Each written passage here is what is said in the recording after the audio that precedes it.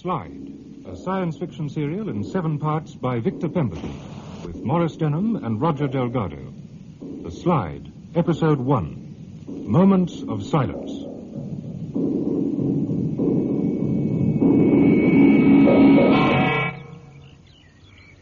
Come on, Ken. Come on. Oh, you can see the whole town from up here. Oh, really, Janet? Whew. We've climbed this hill hundreds of times. The way you carry on, you'd think we were the first ever to reach the summit. Oh, I haven't breathed air like this for weeks. I feel as though I'd been let out of a cage. Oh, we don't get heat waves in March every year, you know. You should be grateful for small mercies. Well, you want to be locked up in that classroom sometime. I thought I was going to suffocate the other day. The heat was unbearable. Oh, there's nothing I'd like better than being locked up in a classroom with my school teacher, especially this school teacher. Oh, look, Ken, there is the school. Doesn't it look an odd shape from up here? Yes, very odd. Rather beautiful, though, all that glass and concrete. Very futuristic. But then I suppose all the buildings are. Huh. Oh, you really hate Redlow, don't you, Ken? No, I just don't like new towns. They're too impersonal. Well, that's because they are new. You have to give them time. Do you mean the buildings or the people? You are just a miserable, old-fashioned Londoner who resents progress. I happen to think we owe Hugh Deverill an awful lot, all of us. Really? Any man who starts life by sweeping floors in a factory and ends up by building a town with his own money deserves every bit of admiration he can get. Well, I distrust the self-made man. Well, there are plenty of those who don't. That's why they put him into Parliament. Just let me tell you this, my darling. If our marriage is going to work, we are going to have to make 1 or 2 radical changes in your political education. Ken, listen. Can't hear a thing. Precisely. Haven't you noticed how quiet it is? You can almost hear the silence. Imagination. Look at the grass. It's absolutely still. When we came up, there was a cool breeze. And I can't even hear the birds anymore.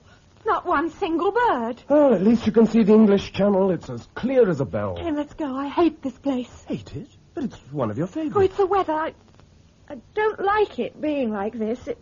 It scares me. I've had a headache all the week. Oh, Janet, why didn't you tell me, darling, getting yourself all worked up like this? Oh, I'll be all right if I can just get away from this place. The sun, it's so bright. It hurts my eyes. Yes, you really are under the weather, aren't you?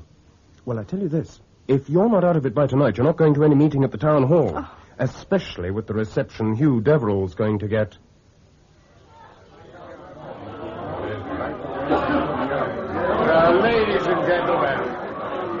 Ladies and gentlemen, please.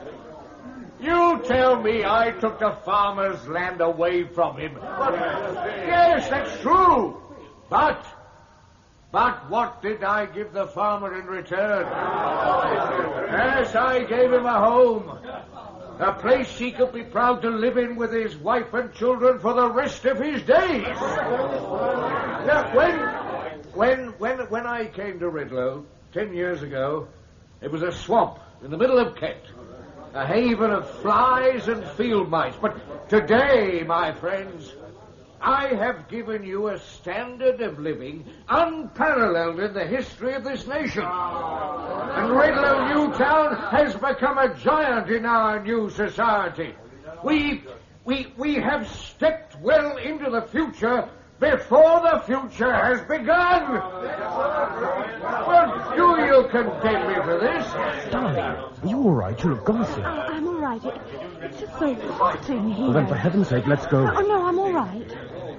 Do you mind if I say something, Mr. Deverill? No, go right ahead, please, Mr. Wilson. Well, most of us in this hall tonight are farmers. That's right. We didn't ask you for one of your space-age towns. No. Some of us prefer the country the way it was. Yes, well done.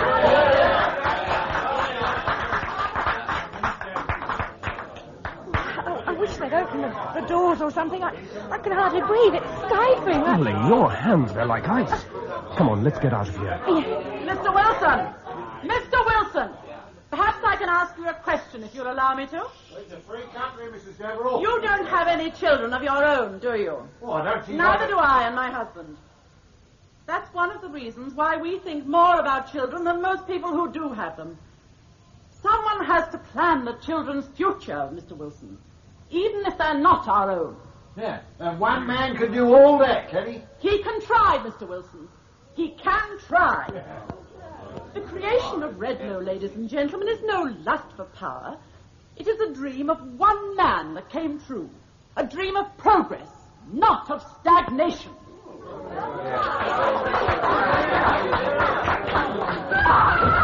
Well, what is it? What's going on at the back there? Janet, darling, come on now. Lift your head. Can't breathe. What is it, Doctor? Is she fainted?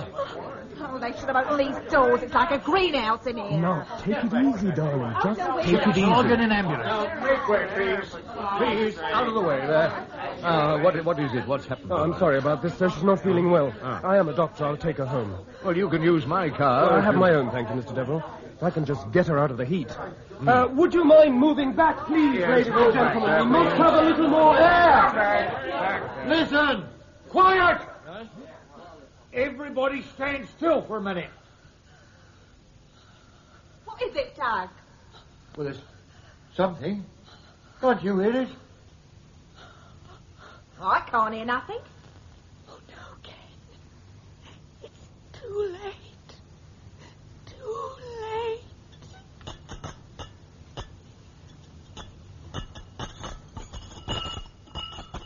Here, what is it? The chandelier. Look out for the chandelier. Get out! Everybody get out as quick as you can! Get back from the walls. I better come down. Tug Wilson, come over here. Help me with Janet. I can't, Doctor, I can't. The whole lot's got to cave in. Watch out!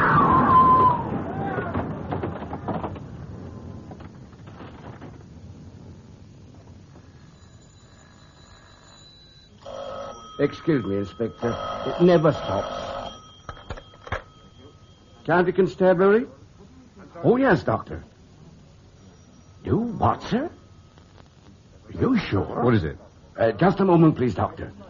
It's Doc Richards, sir. Yeah? He says they found a crack in the road in Holly Mill Lane, back at Tug Wilson's farmhouse. Give us that.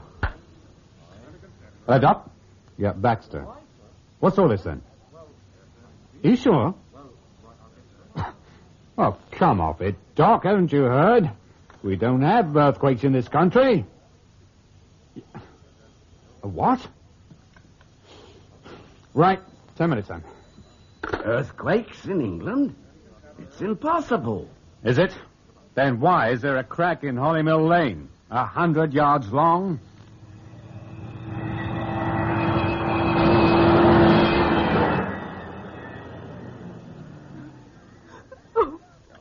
Come on, Mrs. Wilson. All over now. Oh, what a terrible thing. I thought the whole house was going to come down on top of me. Somebody had told me yesterday I'd live to see earthquake in England. I wouldn't have believed him. I'd say it's much more likely to be earth tremors than an actual quake, Tug. Except for that road being torn open like that. Well, I don't know what it was, but it scared the living daylights out of me. You're not the only one. I thought doctors were supposed to have stomachs of iron. Oh, don't you believe it.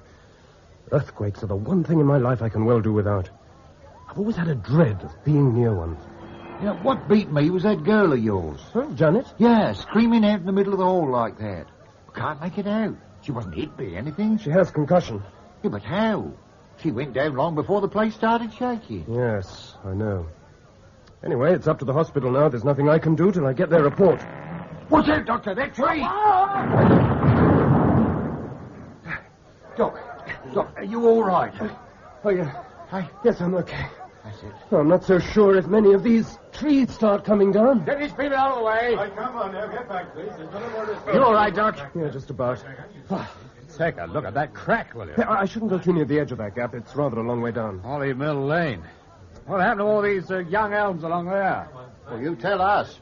They've been ripped out of the earth like a lot of weeds. Well, let's have a look, then. How deep is this thing? Does anybody know? Oh, impossible to tell.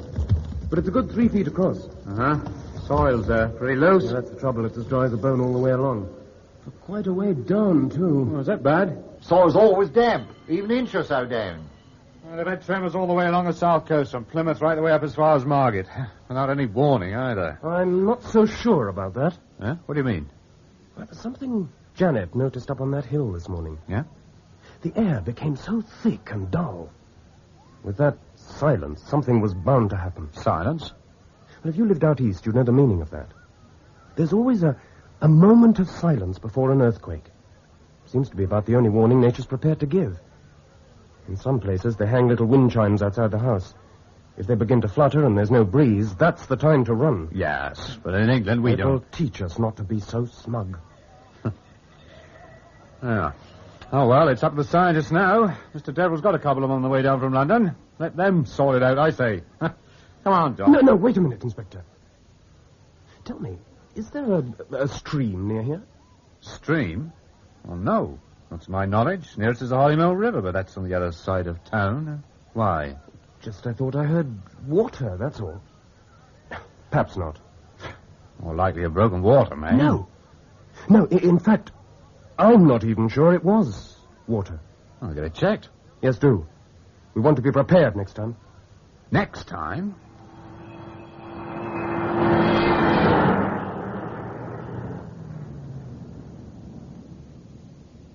Well, here it is, gentlemen. Our town hall. Not a very pretty sight. And I suppose we can think ourselves lucky we weren't killed. Yes, I should say very lucky, sir. In fact, I don't think there's any doubt that the force of these tremors was degree 6. Degree 6, Professor Landis? What does that mean? It means, Mrs. Deverill, that even by international standards, the tremors were extremely powerful. They could be the start of a series of shocks. Oh, no. Mind you, this is not a proven fact. Professor Lippert merely suggests we must be prepared for the possibility. But I thought we weren't in an earthquake zone. Under normal circumstances, we're not. The most the British Isles ever feel are a few shock waves. But there's no doubt on this occasion, the seismographs show quite clearly degree 6. Oh, don't seismographs ever go wrong? Well, no, Mr. Deverill, never. They may haggle a little, but they do not go wrong. The type of the damage in this hall alone is the sort of thing you'd normally expect to find in a severe quake area. Plus the fact that an actual crevasse has occurred in the Earth's crust. It's a unique situation. Unique? I find it terrifying. Ah, there you are, Inspector. What's the news? Oh, it's calming down a bit now, sir. People seem to be more shocked than anything else. Damage? Pretty extensive. When the Earth begins to move, everything moves with it. Oh, Inspector, this is Professor Landers and Professor Lippert. How do you do, sir? Now, first thing in the morning, they'll want to inspect the crack in Hollymill Lane. I leave it to you to see that they're offered every facility. Very good, sir. And, Inspector, sir? I also leave it to you to see that the town is back in working order as quickly as possible. Me, sir? Isn't that up to the chief? Look, get as many working parties together as you can. I don't care how. If necessary, call on the commanding officer at RAF Redlow. Won't he need authority from Whitehall, sir? Let me worry about authority, Inspector, not you. Good night. Good night, sir. Hugh, that was most unnecessary. You know very well it's not Baxter's job. Baxter has only me to thank for the job he holds today. If he doesn't like the way I do things, he knows very well he can go back to the beat where I found But him. Hugh...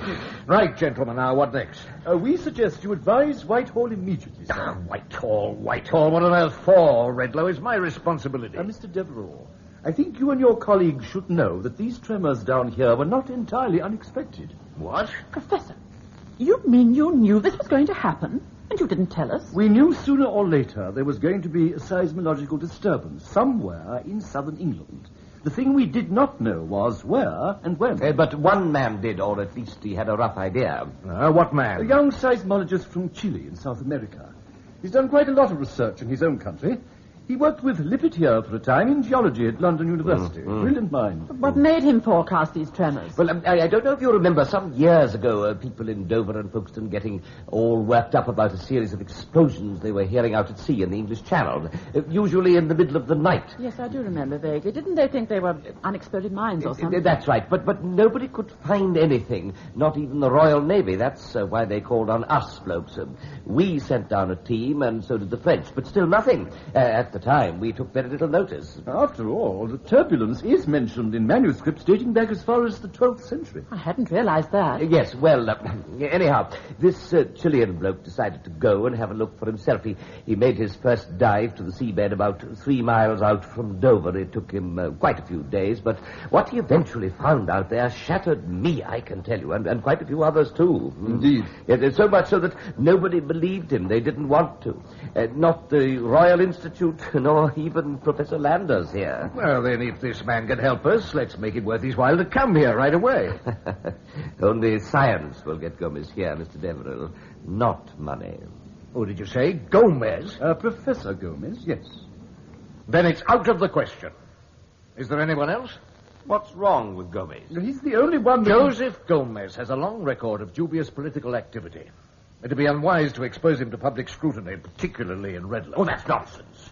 Joseph's nothing more than a pacifist. He's no more politically minded than I am. I'm sorry, I cannot take the risk. Darling, you've got to. Well, we have no choice.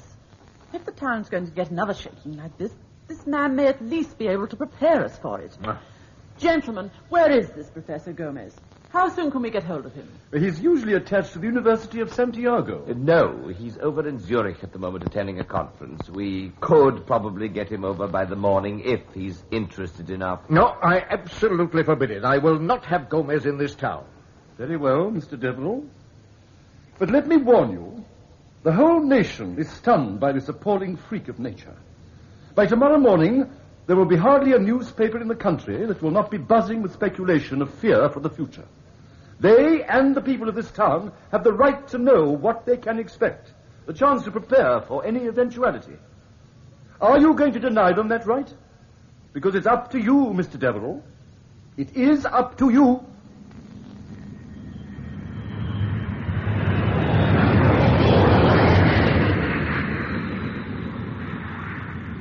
Continental Airways announced the arrival of their flight number 374 from Rome and Zurich.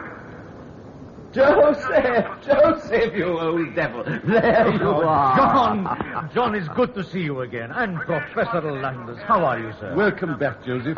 Thank you for coming. Oh, thank you for asking me. Joseph, I want you to meet Mr. Hugh Deverill. We shall be working quite closely with him.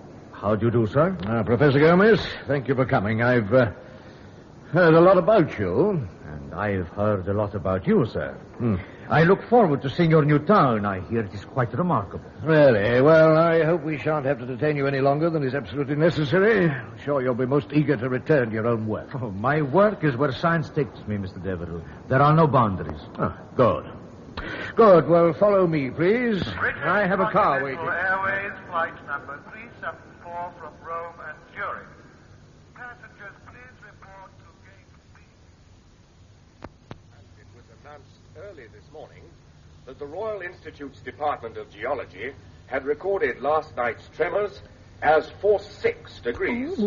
A spokesman for the Royal Institute told our correspondent this was the highest ever recorded in British seismological disturbance. Well, I never.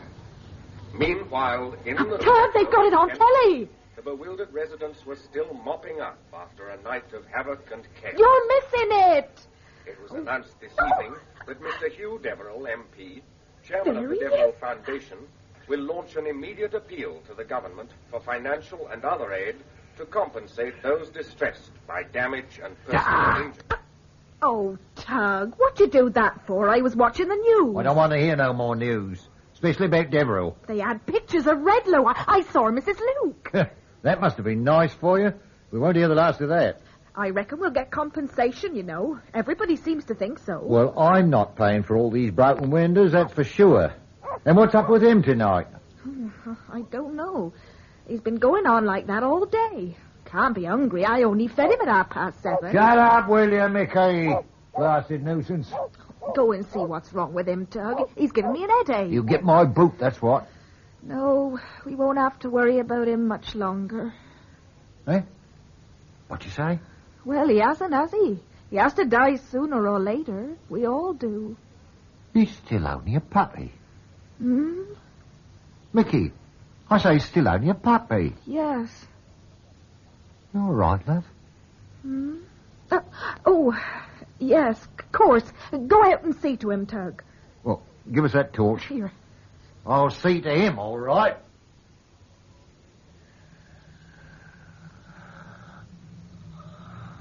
Is it his heart, do you think? I don't know yet. Tell me, Inspector, how long has he been like this? I couldn't tell you. Just still been lying. If one of my blokes had noticed the front door, the hut wide open. Does he live alone? Oh, Ted. He hadn't moved out of these woods for years. Hates people. I think he's scared of them. That's why he locks himself away in this dump. Look, in the left-hand pocket of my bag, you'll find a syringe. Would you like to dig it out for me, please? Yeah, right.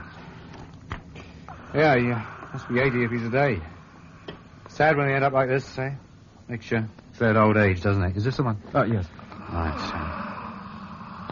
Is he unconscious? Yes. It looks as though he's got concussion. Probably fell down during the tremors last night. Except I can't find any abrasions. Hold his arm out for me, will you? Yeah. I'm going to give him an injection. Yeah, that's fine. Will he come out of it, do you think? I don't know. There we are.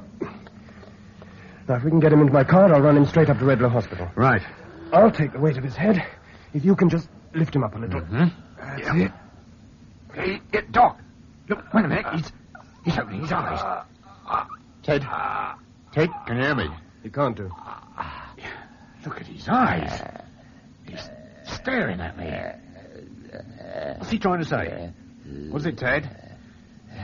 Ted. He's closed his eyes again. Doctor, is he? No. Come on, let's get him to the car. I've never seen anything like that before. Those eyes. Will he make it to the hospital? I mean, if his heart... His heart is stronger than yours and mine, I can assure you. What? Are you sure, Doc? Absolutely. If it's not his heart, then what is it?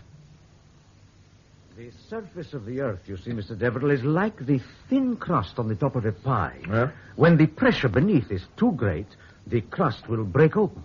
And that's what's happened here? A build-up of pressure in the bowels of the earth? It is possible. But why has this happened, Professor, all of a sudden like this? That is something that we have to find out, Mrs. Deverill. Now, I have a feeling it's the release of an extraneous gas. The intensity of that earth movement seems to point to it. What, you mean volcanic? Yes, except this area has no record of a volcanic history, and in any case, there's been no smoke from the fissure. Whatever it is, I think we can take it that it must be something extremely powerful that can produce tremors on the scale. Yes, which brings us back to this question of the English Channel, Professor Gomez. Now, do you believe the trouble originates there? It is only a theory, Mr. Deverill. Nevertheless, that is the reason you're here, Professor. Now, perhaps you'd be good enough to tell us what it was you found so alarming about your Channel survey. I found 2 enormous cracks. Cracks? Where? On the seabed. In different positions. Both a short way from the seashore. And both ridiculously out of proportion. About 50 yards long by 3 feet wide. 50 yards? Completely clean cuts. Just as though the rock had been forced open with a spade.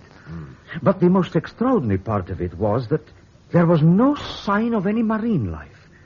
Everything had gone within a radius of 2 or 3 miles of each fissure. The sea was dull, lifeless. Nothing lived, or perhaps could live. Very strange. Did you find any more of these cracks? Oh, yes, Mr. Deverill. Many more. So these disturbances on the seabed of the Channel are now moving inland. Is that what you're suggesting? What is your nearest point to the sea from here? Oh, no more than 8 or 9 miles to the outside. The other side of Dover. Robert, how long would it take to get me a complete seismological record of this area? Well, I could phone London first thing in the morning. Please do that. I want to know every detail.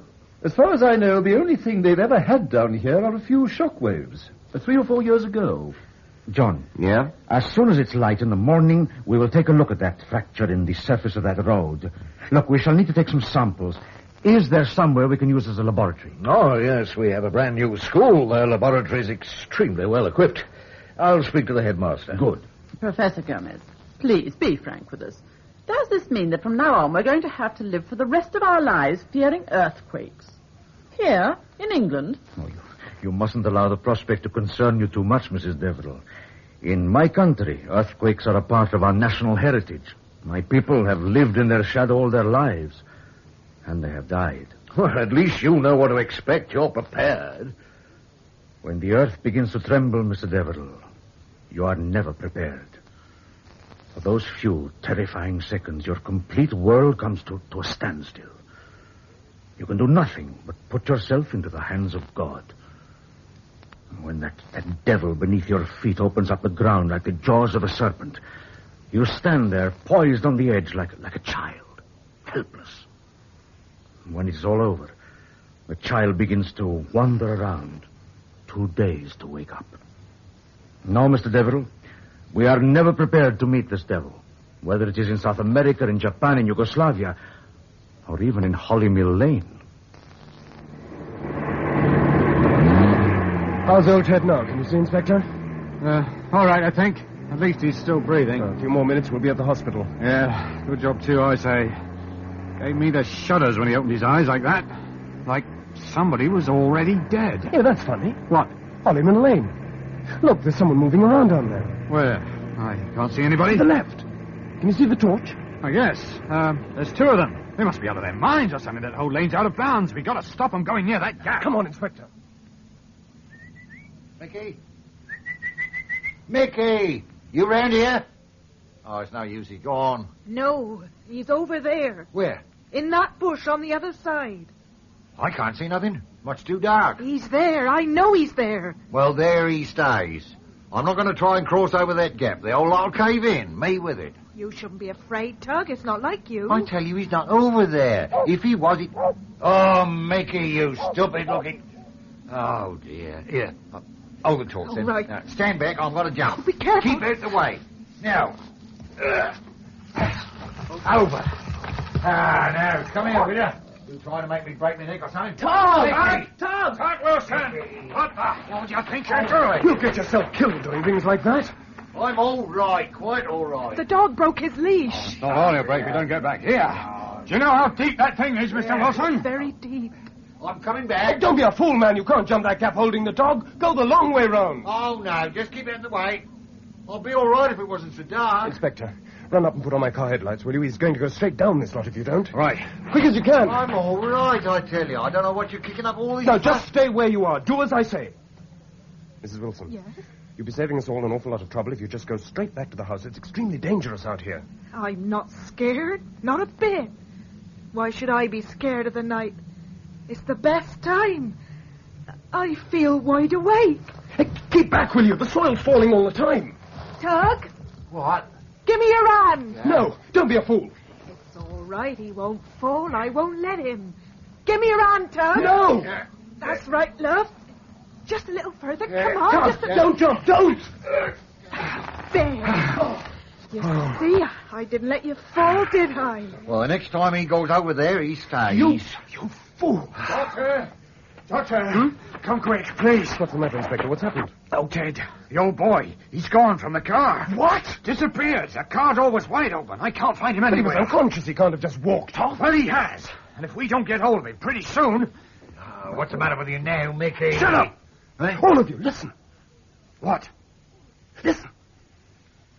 Can't you hear it? What is it? Give me the torch.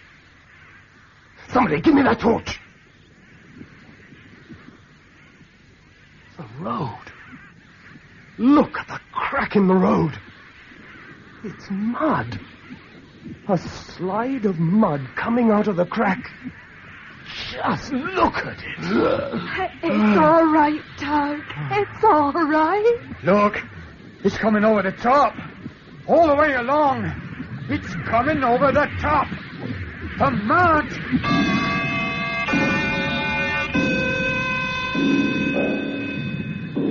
That was episode 1 of The Slide by Victor Pemberton, with Maurice Denham as Hugh Deverill MP and Roger Delgado as Josef Gomez.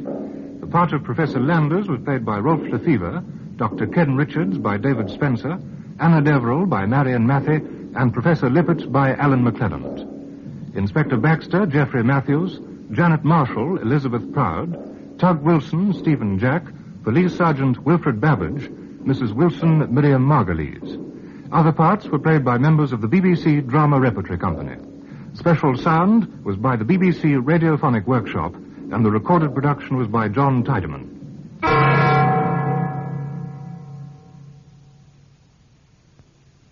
Episode 2 will be broadcast next Sunday at 7 o'clock.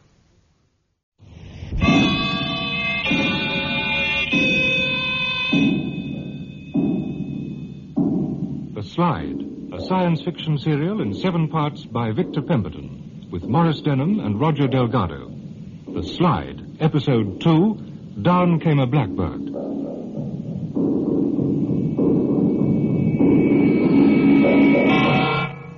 Redlow Newtown has suffered a series of earth tremors. In nearby Holly Mill Lane, Dr. Richards and Inspector Baxter find mud seeping out of the vast fissure in the middle of the road.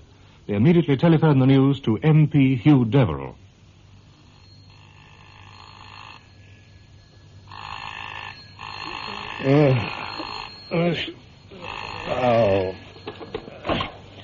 Redlow 306, hello. Yes, Deverill speaking. Oh, Inspector, do you know what time it is? It's 6 o'clock in the morning. Well, of course I'm in bed. Where do you think I am? What?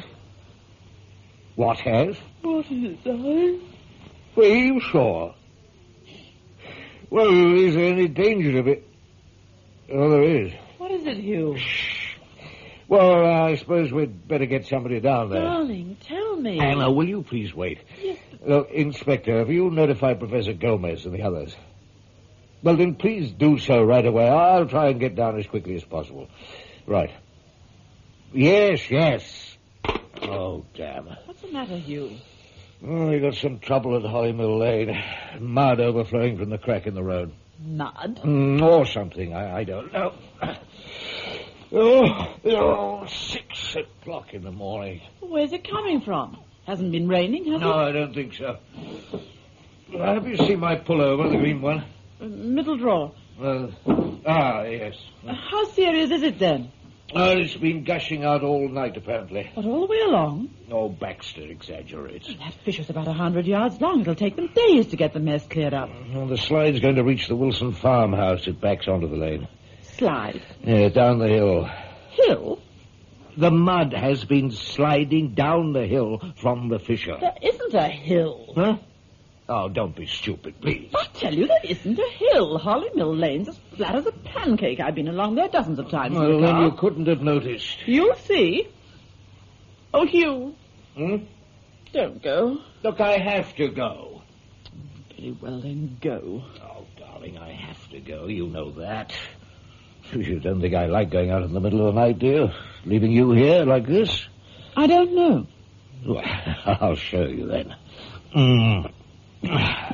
Convinced? Don't be long, Hugh.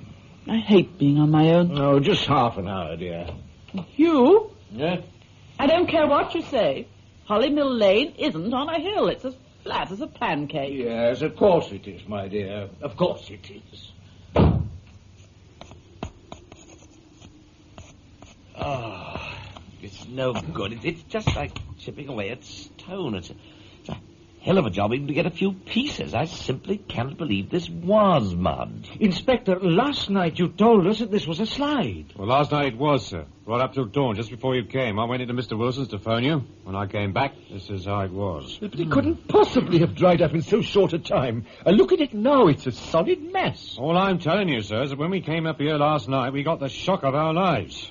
The mud pouring out of that crack like nothing I've ever seen before. Right up there, by that first group of trees. Look, Inspector, can you remember what it looked like? Well, was it the sort of mud you'd expect to find after a downfall of rain? No, sir. No, sir, it wasn't. It was filthy stuff. It's all the stuff you get out of a volcano. Like lava? Yes, sir. It was bubbling, moving. But what I hated most of all was that noise. Noise? Yeah, sort of slithering, squeaking. What do you make of it, John? No, dashed if I know, really. The thing that gets me is this color, this overall green. It could be an iron content. Yes, it could, but I've never come across it so distinctly in this part of the country before, and certainly not down here. And look, you see these long, thin streaks? They're a different color to the rest of the formation. You see, at first glance, it looks like a dried-up mud bank or something, but wherever does it come from? Under normal conditions, this sort of thing would take years to form. The soil has obviously been swamped by a vast amount of water.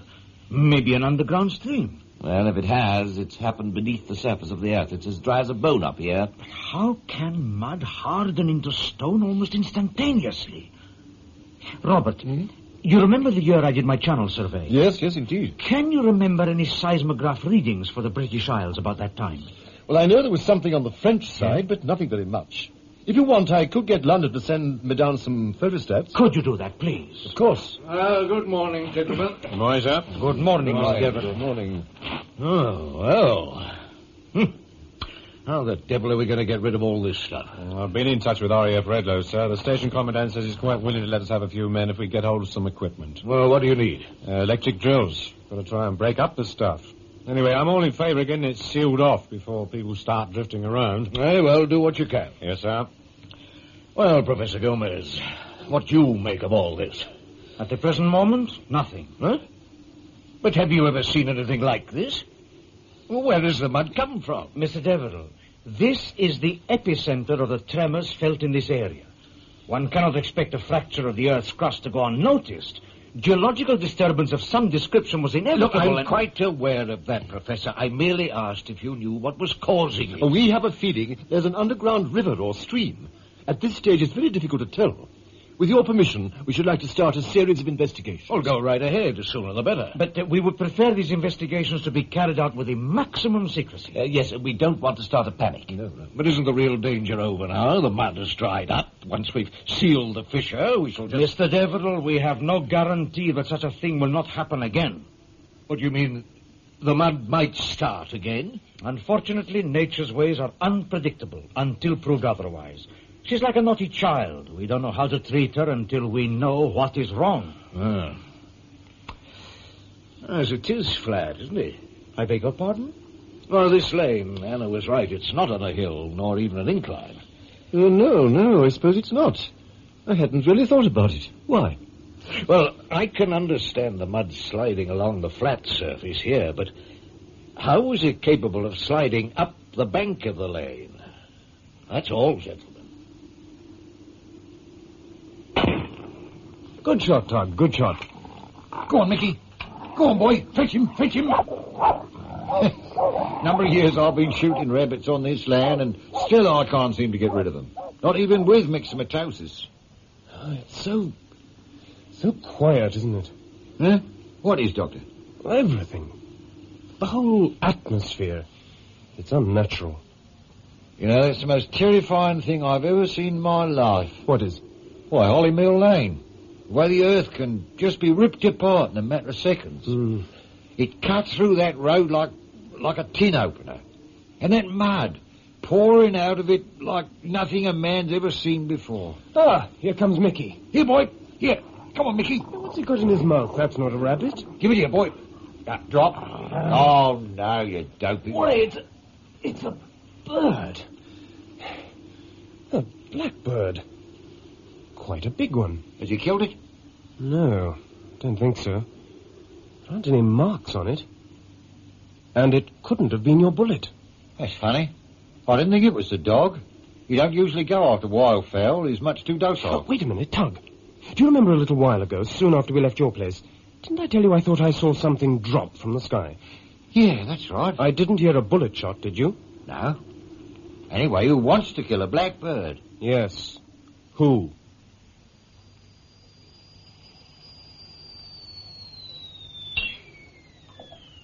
I'm so glad you called, Inspector. And there we are. It's none of my business, you understand, but I wouldn't be doing my duty if I didn't keep you fully informed. I quite understand, Mrs. Luke, and I do appreciate it. Will you take 1 or 2 lumps? No sugar, thank you very much. It was that terrible old man, you see, the one you're looking for. There you are, and I'm not surprised. Oh, Ted the farmer. Yes, that's the fellow. What an unkempt person he is. I told him so, you know, many a time. You've seen him then, madam? Of course. Well, when was this? First thing this morning. Oh. I was on my bicycle on the London road. Tuesday is always my day to go into Redlow Market. Yes, but it's about the only time I can leave my dear mother on her own, especially after all those awful earth shakes. Yes, of course. So, he was walking along the London Road, was he?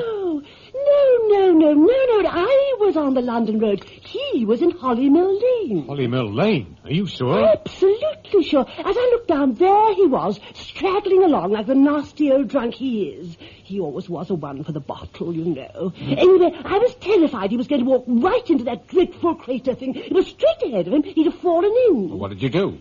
I called out. And did he hear you? Not at all. He didn't even look round to see who it was. So I got off my bicycle, ran up to him, and tapped him on the shoulder. And he stopped? Yes, he stopped. It wasn't until that moment I realized something was wrong. Wrong? For a moment we just stood there until gradually he turned round to face me. His face. Yes? It was yellow, so tired and drawn, he looked so old. But most of all was his eyes. They looked strange somehow. Did he say anything? Yes, he gave me a vicious look and said, go away, and mind your own business. For one terrible moment, I thought he was going to hit me. But he didn't. No, he just turned his back on me and walked off. Thank goodness, at least he went in a different direction, away from the lane. Which direction, Mrs. Luke? Can you remember? Across the fields at the back of Mr. Wilson's farm. Thank you.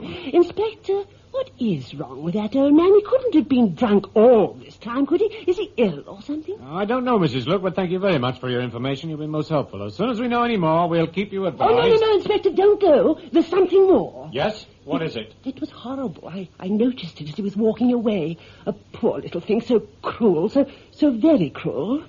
Fancy wanting to go and kill a pigeon. A poor little... Wood pigeon. Dead as a door now. It's still warm. Someone's been amusing himself. I'd like to know who. What, you mean you think someone's been putting down poison? I don't know, but I'm going to find out. Tug, got a handkerchief on you? Yes, I think so. Here you are. Thanks. What are you going to do? I'm going to take a couple back.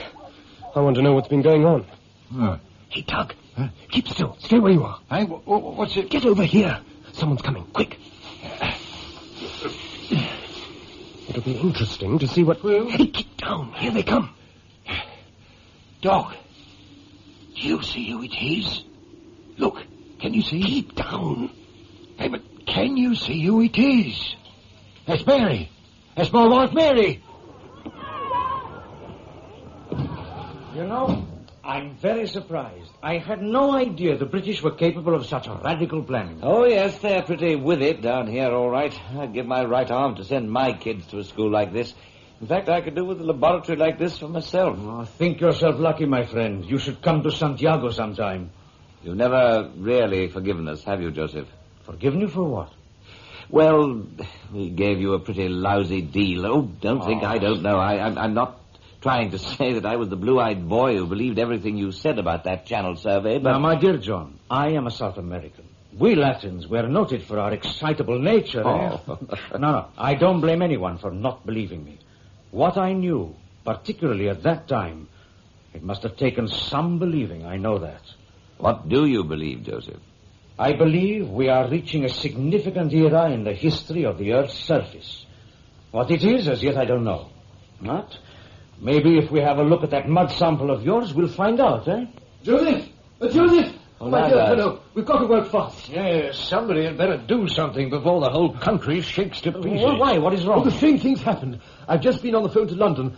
They've now had some earth tremors in the north. What? Where? The Lake District and in Scotland. The water on Lake Belvedere was set in motion for nearly a minute. Apparently there's been absolute chaos. Any fractures in the soil? Oh, we're just waiting to hear. The shocks were felt as far away as the Shetland Isles. Oh, Joseph, what do you think this means? I'm not sure. But not sure? Well, what do you mean you're not sure? All I can tell you is that this appears to be part of a pattern. A pattern? Yes. First of all, the seabed in the English Channel. Then, the immediate south, here. And now, tremors in the north. Well, does that mean that we can expect more of these disturbances? Mr. Deverill, the first man who is able to foretell the exact place where the earth will shake will be a very rich man indeed. Hey, Joseph, come and have a look at this. Why, what is it? The sample, it's burnt a hole in my briefcase. Burnt? Be careful, don't touch it. When I tried, it was like getting hold of dry ice. Here, let's tip it out onto the table. Now, careful now. Now, let's have a look. It's a bright green, extraordinary. Well, it could be the fluorescent lighting in here. In a way, it's really rather beautiful to look at. Like a precious stone. Oh, I can't understand. Are those streaks running through? No, I remember where I've seen this before. We have a rocky beach just south of Valparaiso in Chile. I saw this type of thing soon after the earthquake in 1960. But, Joseph, this isn't rock. It's a definite mud formation. These streaks are usually part of a mechanical corrosion or something rather like a stalactite. In fact, look, I've seen this before myself in various parts of the Pennines. Well, couldn't this be the same thing? Mr. Deverill, stalactites are a formation which take, in some cases, thousands of years to corrode. Gentlemen, I'm going to London. Where can we reach you, sir? I shall either be at my club or at the house. And, gentlemen, whatever you do, just do it quickly. I want Redlow to survive. I'm afraid we had to move Miss Marshall from the main ward, Doctor. She was beginning to disturb the other patients. But is she still delirious? Well, apparently, but it's so terribly difficult to tell. She's just lying there, mumbling to herself the whole time. Well, the extraordinary thing is, about an hour ago, one of the patients in the next bed told her she sat up, looked around the ward, and then just slumped back again. Odd. I suppose it is a form of concussion. What did Dr. Robson say? He sent for Mr. Furman. He's coming down from London in the morning. Have you been able to make out anything she's been saying? No, not a thing. Just this awful sort of rambling. Oh, what a terrible shock for you, Doctor. You're due to be married shortly, aren't you? Yes. I'm just amazed there weren't any more injuries. Most of the people they brought in were fairly old. Poor things. They're absolutely bewildered. This is the room, Doctor.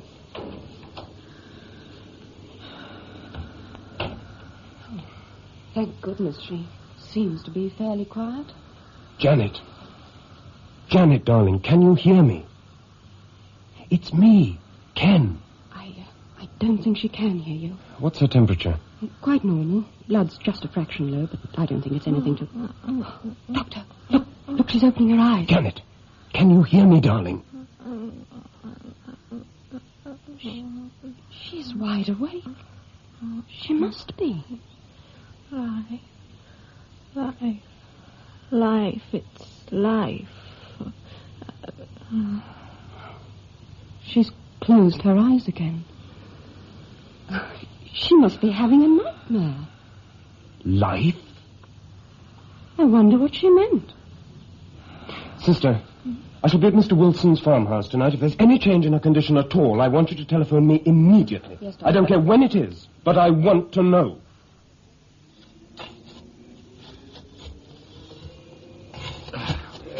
Todd!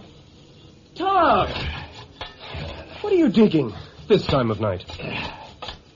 He's dead, that's why. The dozy thing's dead. No good to us now, Mickey. But your dog, Mickey? Well, what happened?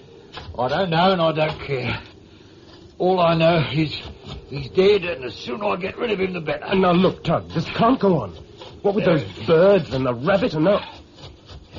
Did you speak to your wife? Yeah.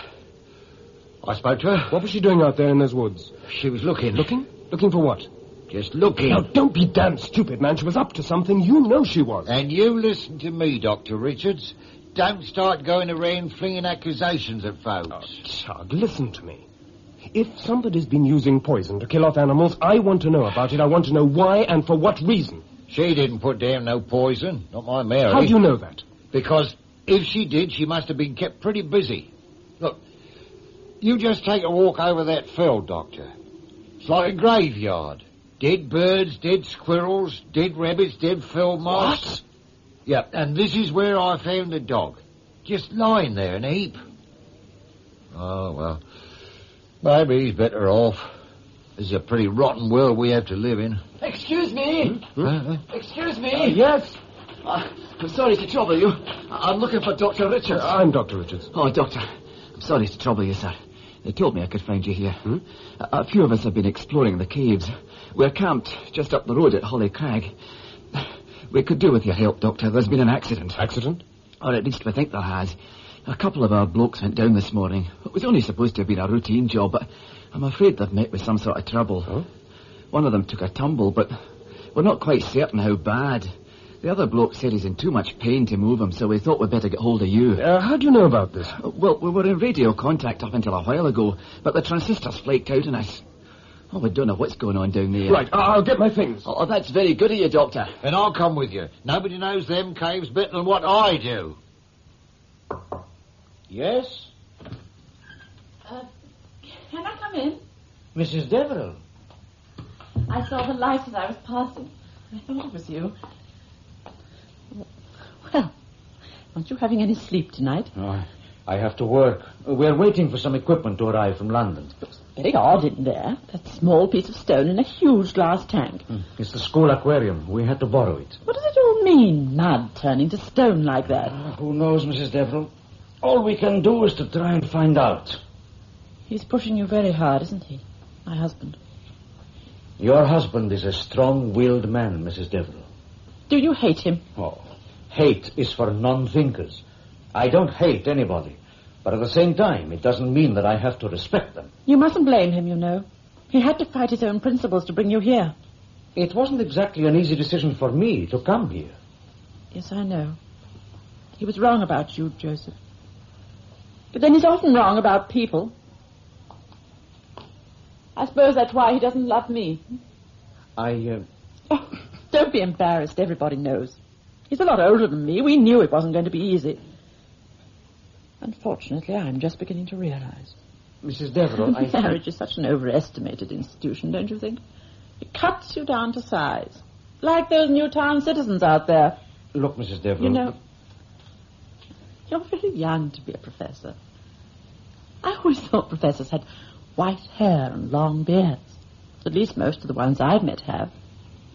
But I think think maybe you should go home, Mrs. Deverill. It's getting late. Joseph, get your coat on quickly. Robert, what's the matter? The lane, my dear fellow, is absolutely fantastic. The lane? Holly Mill Lane. The fissure. It's swamped with mud. The whole place is slithering with the stuff. What? Mud? It's dried up. I thought the whole thing was as hard as iron. At the present moment, Mrs. Deverill, they've got half the men from the RAF station fighting to push it back. It's bursting out of the fissure all along the way, and the noise. Oh, Joseph, I don't think they're going to be able to hold it. I just don't think they can do it. Now, give me your hand, Doctor. Thanks. Keep your back well into the wall. We're just coming up to Rich now. Are you all right? Oh, yes. Okay. Hey, this is quite something, isn't it? Hey, it's some of the best stalactite formations in the entire crag.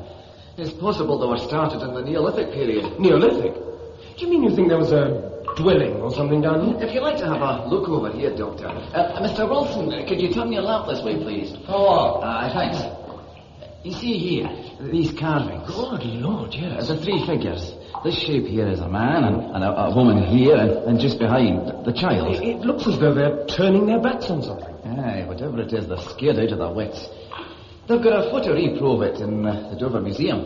Oh, by the way, have you looked down below? Oh, yes. Now, they're stalagmites, aren't they? Aye, that's right, but they're only babies yet. But give them a few more 1,000 years. They're beautiful. But what a fantastic colour, that brilliant green. It's amazing how it stands out down here. Almost luminous. Hey, I can hear running water. Aye, that's the waterfall. Our blokes are quite near there. We should be able to call out soon. It's quite a narrow ledge along here, so keep close, Doctor. Oh, you needn't worry about that. I'm right behind you.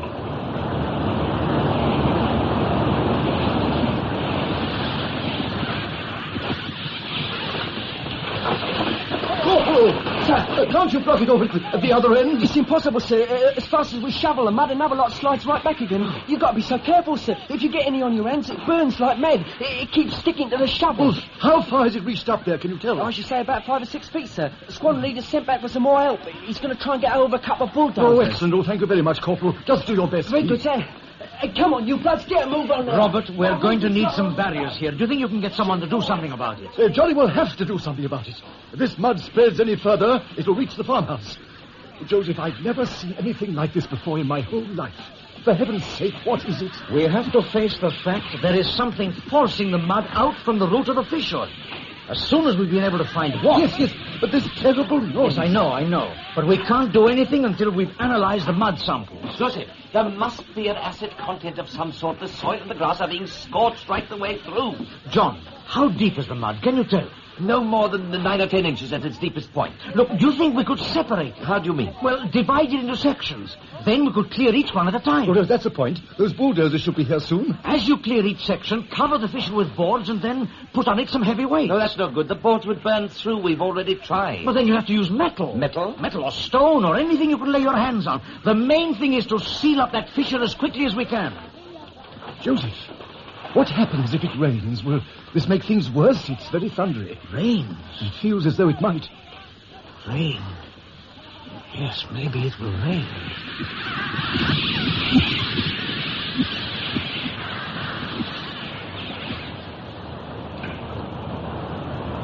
Barry! Barry! Keith! Are you there? Ahoy! Anyone there? Hey, look! Look, there he is. Come here. Barry! Barry, you're all right, son. What is it, the leg? Yeah, the right one. I think it's broken. Where have you blokes been, then? Stay where you are. We've got the doctor. Somebody's got my bag, please. Yeah, here we are. Oh. Tug, help me tear the trouser leg. Quick. Yeah, all right. Now, be careful. Good. Now, does this hurt? Here. Sorry. Where's Keith, then? He's gone. Gone? What do you mean, gone? Gone. Gone, gone. What's the matter with you? Don't you know the meaning of the words? He's gone. Dead. Dead? Barry, what the hell are you saying? He went over the edge there. There was nothing I could do about it.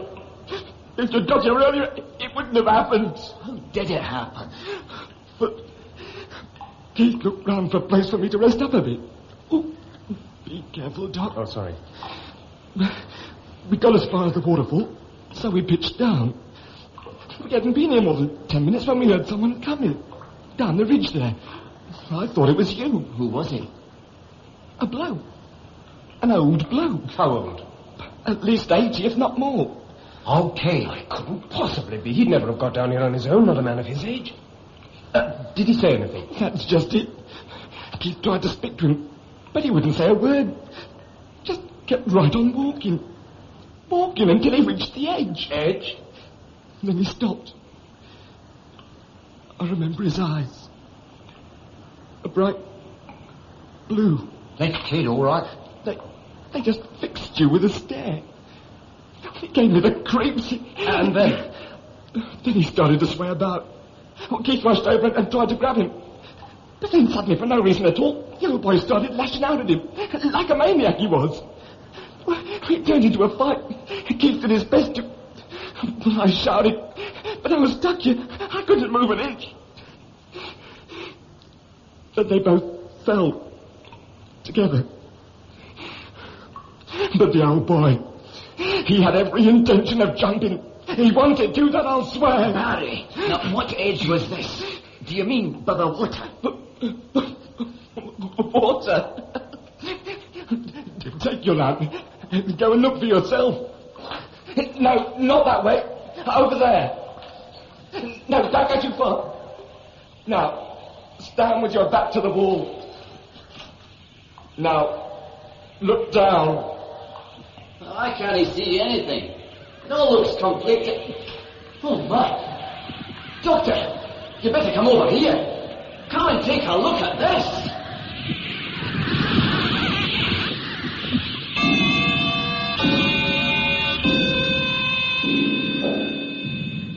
That was episode 2 of The Slide by Victor Pemberton, with Maurice Denham as Hugh Deverill MP and Roger Delgado as Josef Gomez.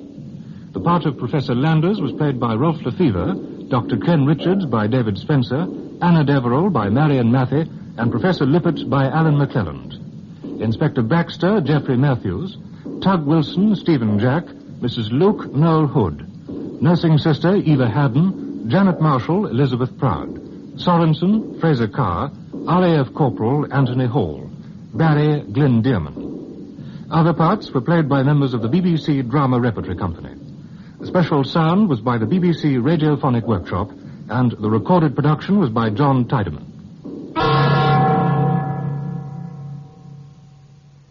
Episode 3 will be broadcast next Sunday at 7 o'clock.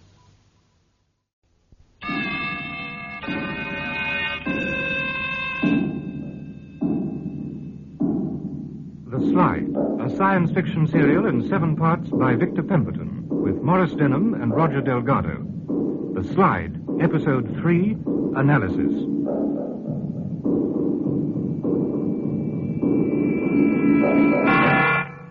Following the earth tremors, anxiety is growing at the alarming numbers of wildlife dying in the countryside surrounding Redlow Newtown. In the early hours of the morning, Dr. Richards and his party reached the surface of the Holly Crag Caves after the discovery of yet another earth fissure. 2 men, Mr. Sorensen, 2 perfectly good men have lost their lives because of a harebrained scheme of no significance. I hope you're proud of yourself. Now, look here, Inspector. We've been down those caves time and time again. We didn't know we were going to find that stuff. Have a heart. You knew damn well we've had these earth tremors. You could have postponed the descent. Most of us are using up our holidays for this, Inspector. We don't have time to postpone. Besides, potholing isn't just a sport, you know. It's an important scientific survey. Well, how is Barry, Doc? Is he going to be all right? It's a break just below the kneecap. They'll fix him up in hospital. If anything, he's had a bad shock. We're very grateful for you, Doctor. I don't know how we'd have got him out without you. I don't think I enjoyed crawling about in the dark, Mr. Sorensen. It's not exactly my favorite form of activity. And if you'll take my tip, you and your group will clear right out of here once and for all. You didn't actually see old Ted down there at all? No. Well, how can you be sure of it? Well, the description was too perfect to... Oh, what does it matter anyway? 2 men are dead. You can't bring them back. Barry's a good bloke. He wouldn't lie about seeing the old man. I've never known him to get worked up about anything. He's a good bloke. So was Keith. Oh, I'm not looking forward to seeing his wife. How does a man of Ted's age manage to crawl on all 4s and in the darkness? And why? Suicide. Suicide? He jumped. They tried to stop him, but... Oh, come off it, Doc. People who want to do away with themselves don't go to all that trouble. Well, apparently he struck out like a maniac. The old boy's responsible for what happened down there. He was obviously some kind of nut. Well, I don't know what I'm supposed to do. Well, then let me tell you, Inspector. Seal up those caves as soon as you can. Come off it, Doctor. In a few hours, those tunnels are going to be slithering with mud from end to end, from top to bottom. Let's put on a bit. You've seen what's happened in Hollymill Lane, Inspector. You mean it's the same thing? I'd lay my reputation on it. It's the same, all right. Inspector, those caves have been down there for centuries. You just can't destroy them like that. Forever. You'd be destroying scientific knowledge. Scientific knowledge can take care of itself, Mr. Sorensen. I'm more interested in the protection of the community. Seal it, Inspector. Seal it before it's too late.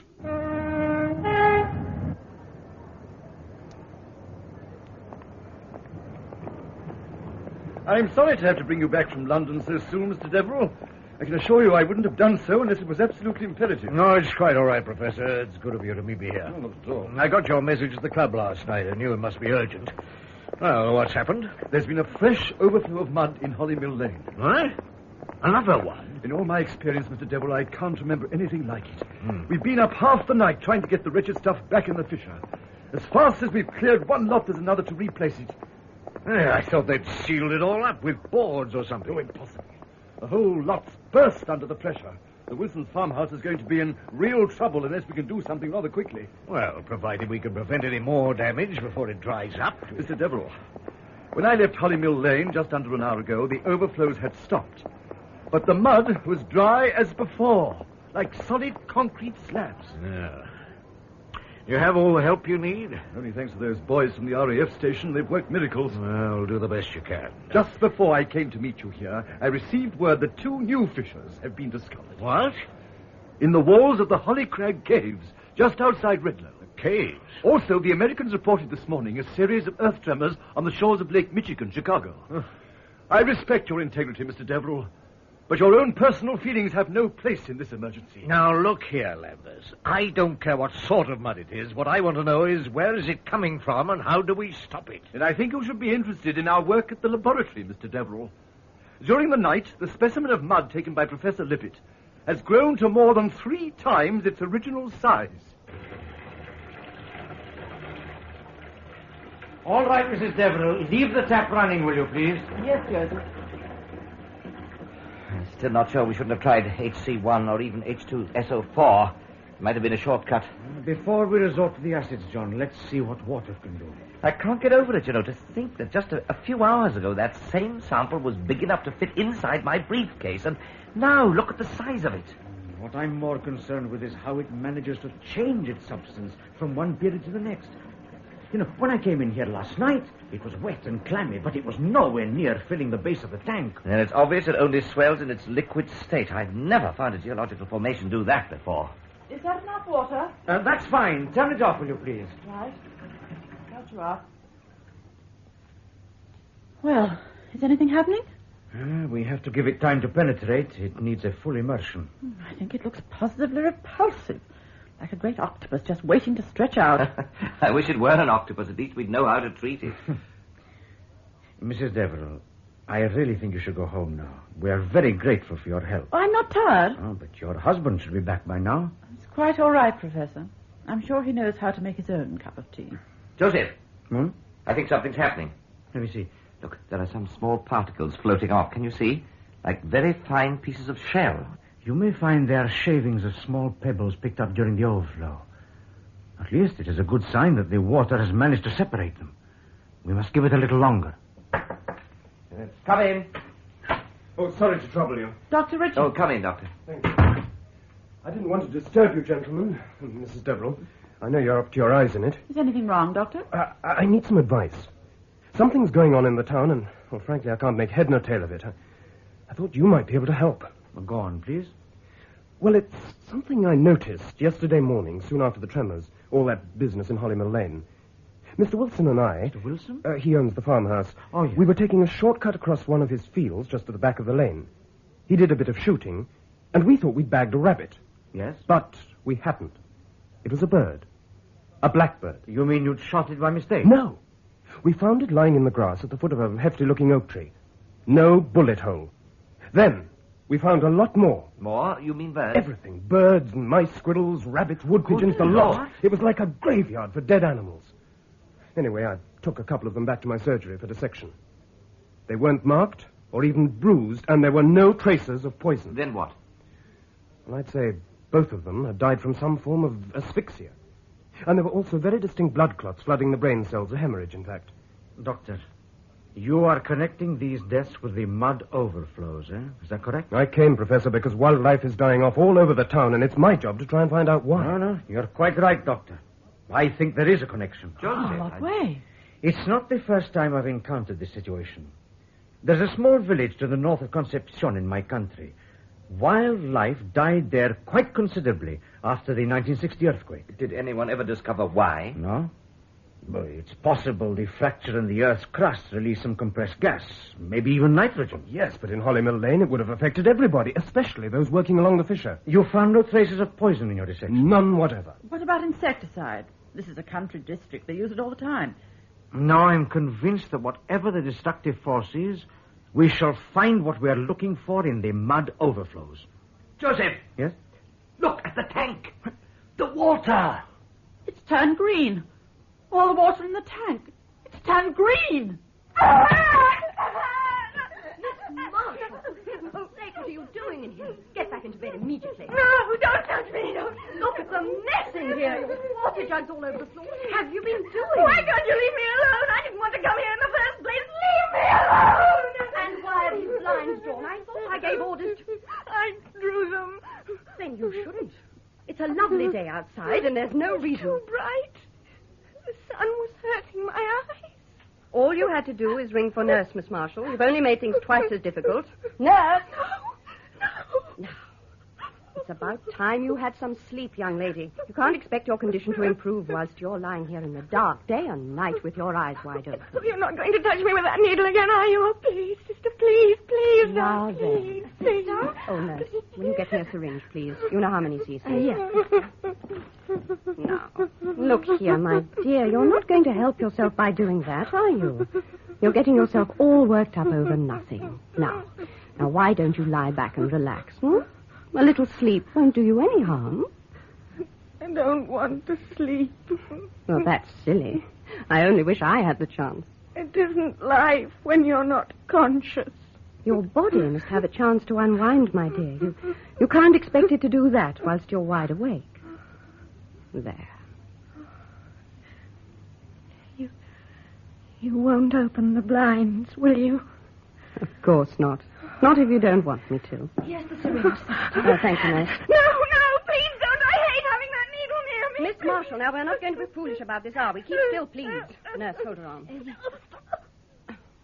Right. Now, you can forget about everything, my dear. Just close your eyes. I don't think it'll do any good, sister. The last one I gave her, she just lay here in the dark the whole time without saying a word, eyes wide open. She didn't even like it when I switched on the light. It's life, born all over again. Nurse, I think Dr. Robeson's in outpatients. Run down and ask him to come up for a few moments, please. I'd feel happier if he had a look at her before we settle down for the night. Yes. Hurry, please. Miss Marshall. Miss Marshall, can you hear me? You can't sleep with your eyes open, my dear. Come now. Try and get some sleep.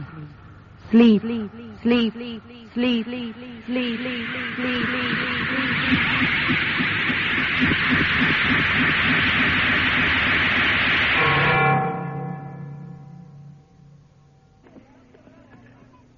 Corporal.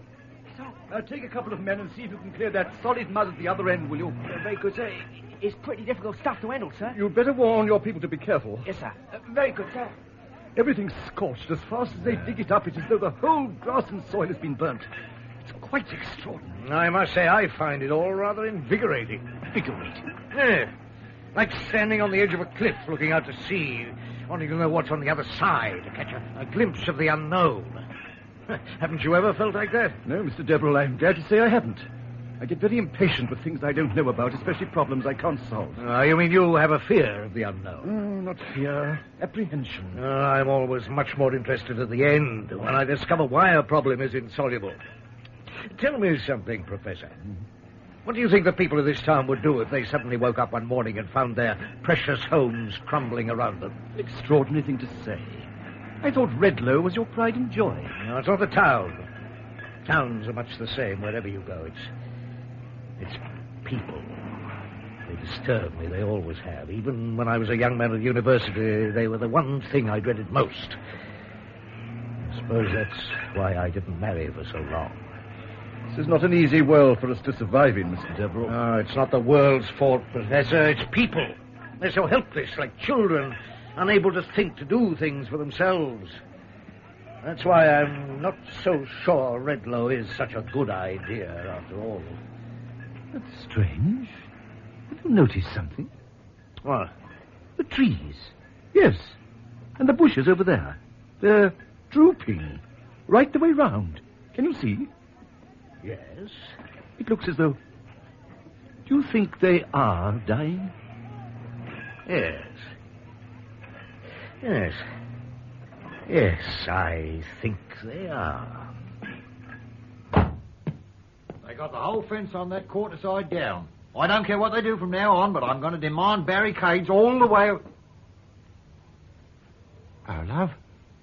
What are you sitting in the dark for? It's beautiful and sunny out. I'm all right. I like it. Is anything wrong, love? I said I was all right, didn't I? Yes. Then stop fussing. Oh, it's because of last night, isn't it? I know I shouldn't have gone out and left you on your own. You must have been scared out of your life, poor love. Scared? Why should I be scared? I like to listen to the quiet. It makes sense. Quiet? What, with all that noise going on last night? I didn't hear no noise. Well, the mud. That noise. It's been pouring out the lane. Oh, that first time. You remember, love, we were scared stiff. Not anymore. Oh, what do you mean, not anymore? If we get any more of that stuff, it'd float clean through those barricades right here to the house. I couldn't stand any more of that squeaking and squealing. It'd drive me round the bend. So what way should When I was on my own here last night, I felt lonely and fed up. I didn't want you to go. I was depressed. Oh, Mary. I started wandering about the room aimlessly, looking at things, objects, anything. For some unknown reason, they all started coming into focus, standing out. It was a long time before I found the reason why. Well, why? it was because they weren't nearly as important as I'd always thought they were. Not one single object in this room was important. Not one. And then I could hear the mud outside. I ran and opened the window. It was dark. I couldn't see a thing. But I knew it was there. I could almost feel its presence. Do you understand, Tug? It wasn't forcing itself. It was a gentle slide. Friendly, and it made me feel better. Much better.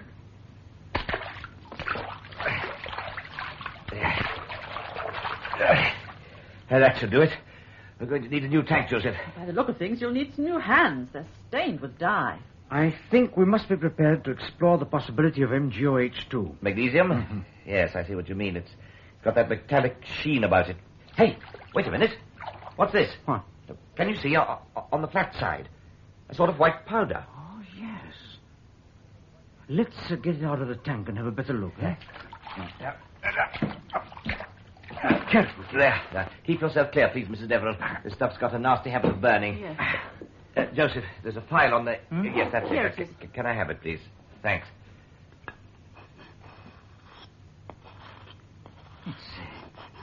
It's like chalk. What do you think, John? Salt. Salt? Rock salt. Are you sure? I've seen enough of it in the Caspian. But it's not possible to get formations this far inland. From the channel. Why, yes. And that rather leaves us where we came in, doesn't it? Not a word. Not another word. Just let anyone try and tell me where this lot came from. What? Crikey. Seashells. We've been digging them up all morning. Not in Holly Mill Lane. In Holly Mill Lane. Some were stuck fast in the mud, the rest were found all along the edge of the fissure. And there are plenty more where they came from. These are the sort of things my kids pick up on the beach. They've got thousands in their bedroom. And give them a few more with my compliments. Sedimentation. That means they are following a course inland from the sea. Oh, what a clever fellow. Amazing what they teach them at university these days. Robert, do you know where we can get hold of an electrogenerator? A generator? Yes. If we can force enough heat into a thermetically sealed container, this may be a way of breaking up the mud. At least we can study the effects. Do you think you could get one? I don't know, I suppose so. But listen, Joseph, I still think there's a strong sulfuric chloride element in the mud. Before we do anything else, why not try an opposing agent? No, I think not. Anything's worth a try. We haven't the time. Time? You mean you think there's going to be another... All I think at the moment, Robert, is that whatever the destructive force in the mud is, it's not only acid. Then for heaven's sake, man, what is it? Hello? Oh, aren't you going to say hello to me? Janet. Who is it? It's me, darling. Ken, I've come to see you. Why? Does there have to be a reason? Now, why are you sitting here in the dark, cutting out the remains of a perfectly good day? The light hurts my eyes. I prefer being in the darkness. Oh, since when? What about all those walks we've had only the other day up on the hill? I think it's horrible. What is? The wall. Those marks. The wall? Oh, that! That's the busy old sun trying to get a look in through the blinds. I think it's rather beautiful, those deep red lines. Oh, come on, darling. Won't you come over to the window and watch the sunset with me? No. Janet, will you tell me something? That pain. After your fall, when you woke up, you had a pain in your head. Is that what's troubling you? No.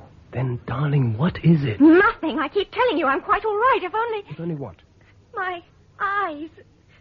If only for a few minutes I could close my eyes. Just for a few minutes.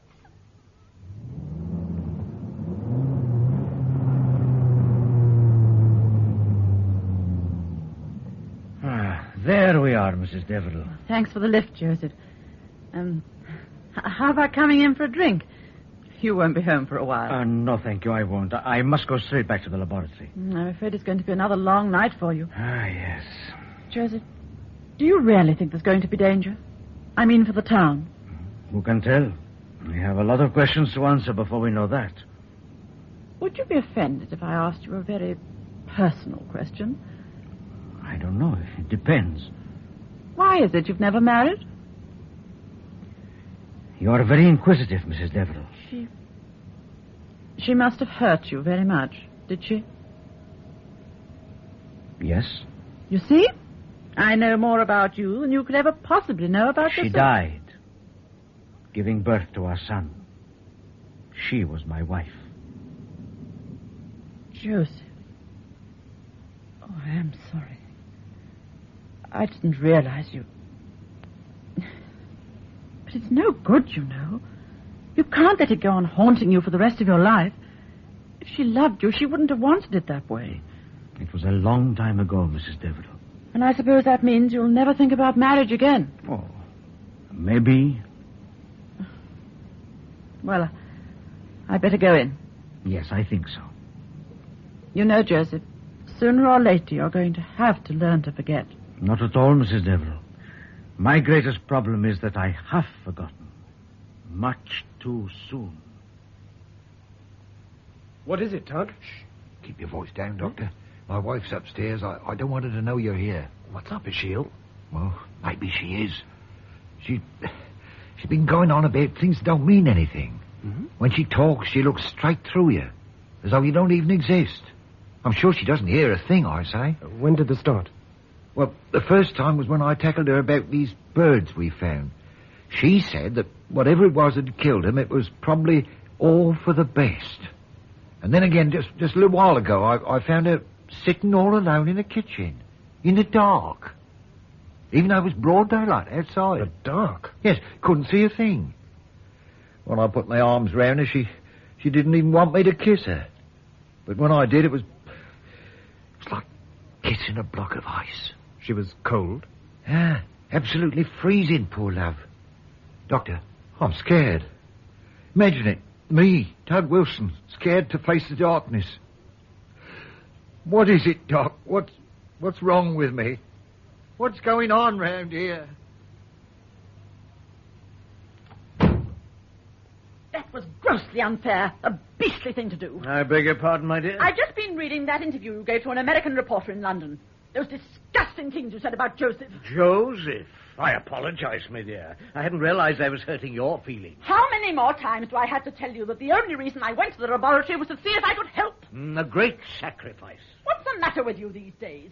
Are you suffering from some kind of persecution mania or something? Well, let's drop the subject, shall we, my dear? I've had a splitting headache all day. I don't see you as a jealous lover, Hugh. It doesn't suit you. I said drop it.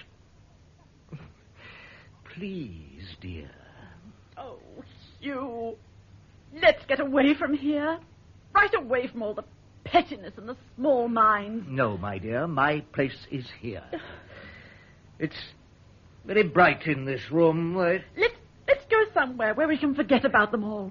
Learn to live a life of our own, have some fun like we used to. So hurtful to the eyes. Have you thought what's going to happen when Joseph sees that interview?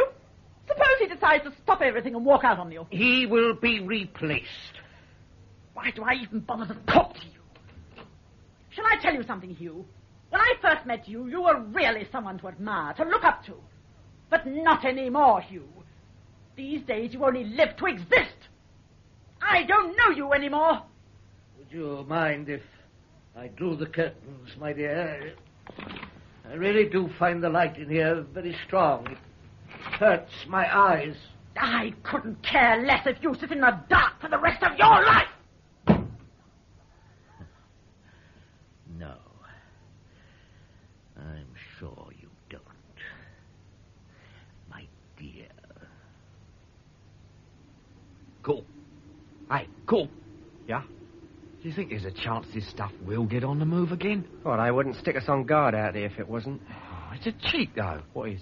Calling in the RAF to clear up this dump. We're supposed to be airmen. It's a liberty. And what would you do if those concrete blocks suddenly popped out of that hole in the road and Mother Nature sent another dose of slivering muck to greet you? I wouldn't stay round to thank her. Spoken like a true Englishman. Hey, Corp. What? What about a drink? What's the matter with you, son? Matter? You forgetting Queen's regulations or something? We're on guard duty.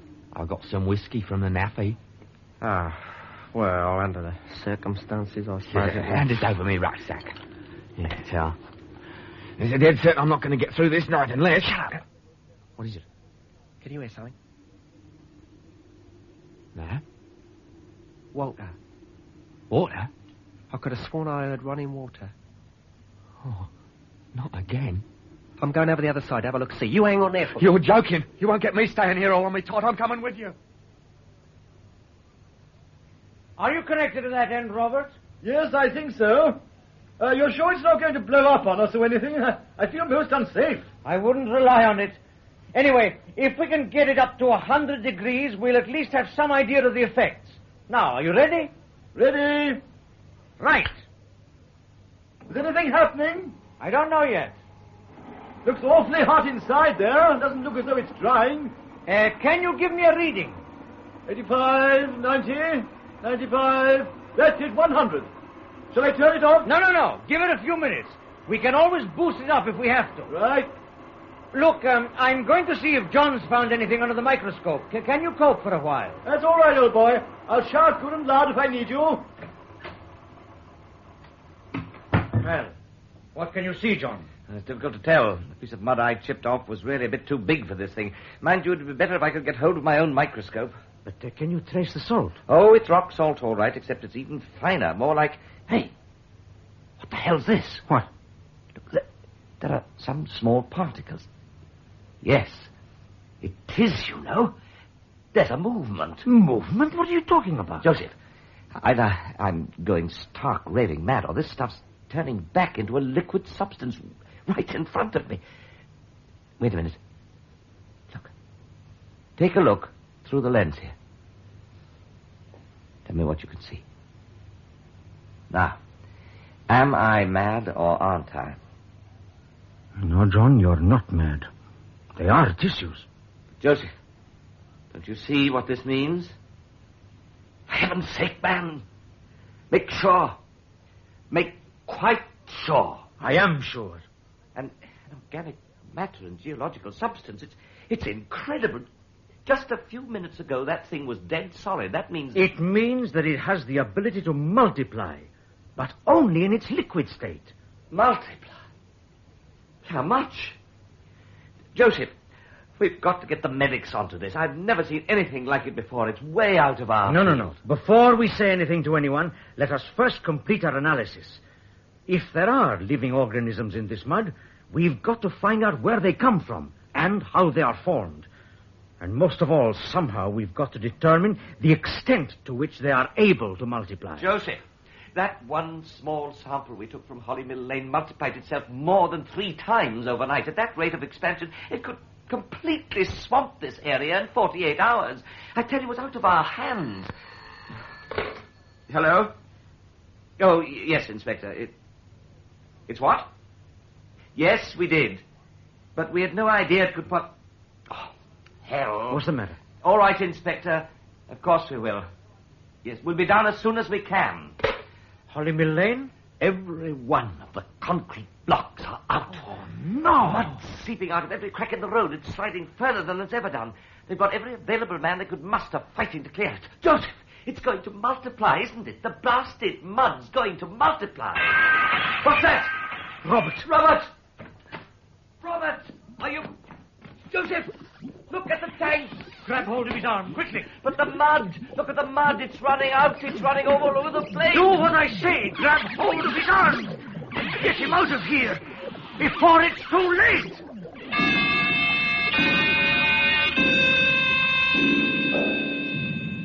That was episode 3 of The Slide by Victor Pemberton, with Maurice Denham as Hugh Deverill MP and Roger Delgado as Josef Gomez.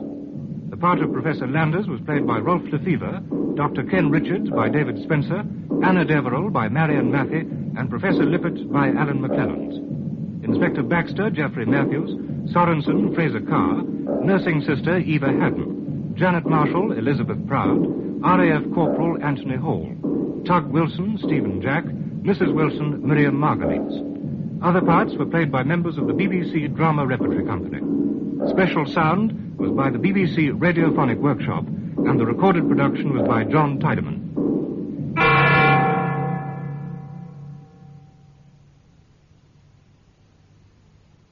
Episode 4 will be broadcast next Sunday at 7 o'clock.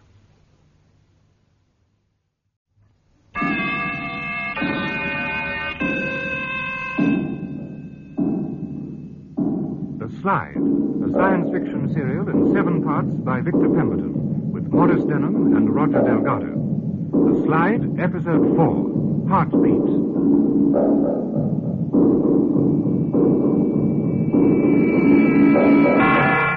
An explosion has rocked the school laboratory where Professor Gomez and his colleagues are conducting their experiments with the mud samples.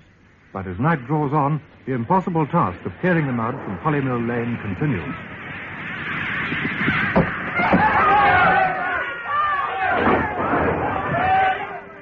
Who's in charge of your party, Corporal? Squad Leader Johnson. After we do something about that flow at the other end, we've got to try and knock the mud off before it reaches the farmhouse. I'll tell him, Inspector, but we're having a bit of a job with these trees. Yeah? It's popping over like nine pins. It must be getting at the roots or something. Well, do your best, Corporal. Right. And, Corp, you have my full authority to stop any of these photographers breaking the cordon, okay? Will do. I'll bet you it stretches for over a quarter of a mile now.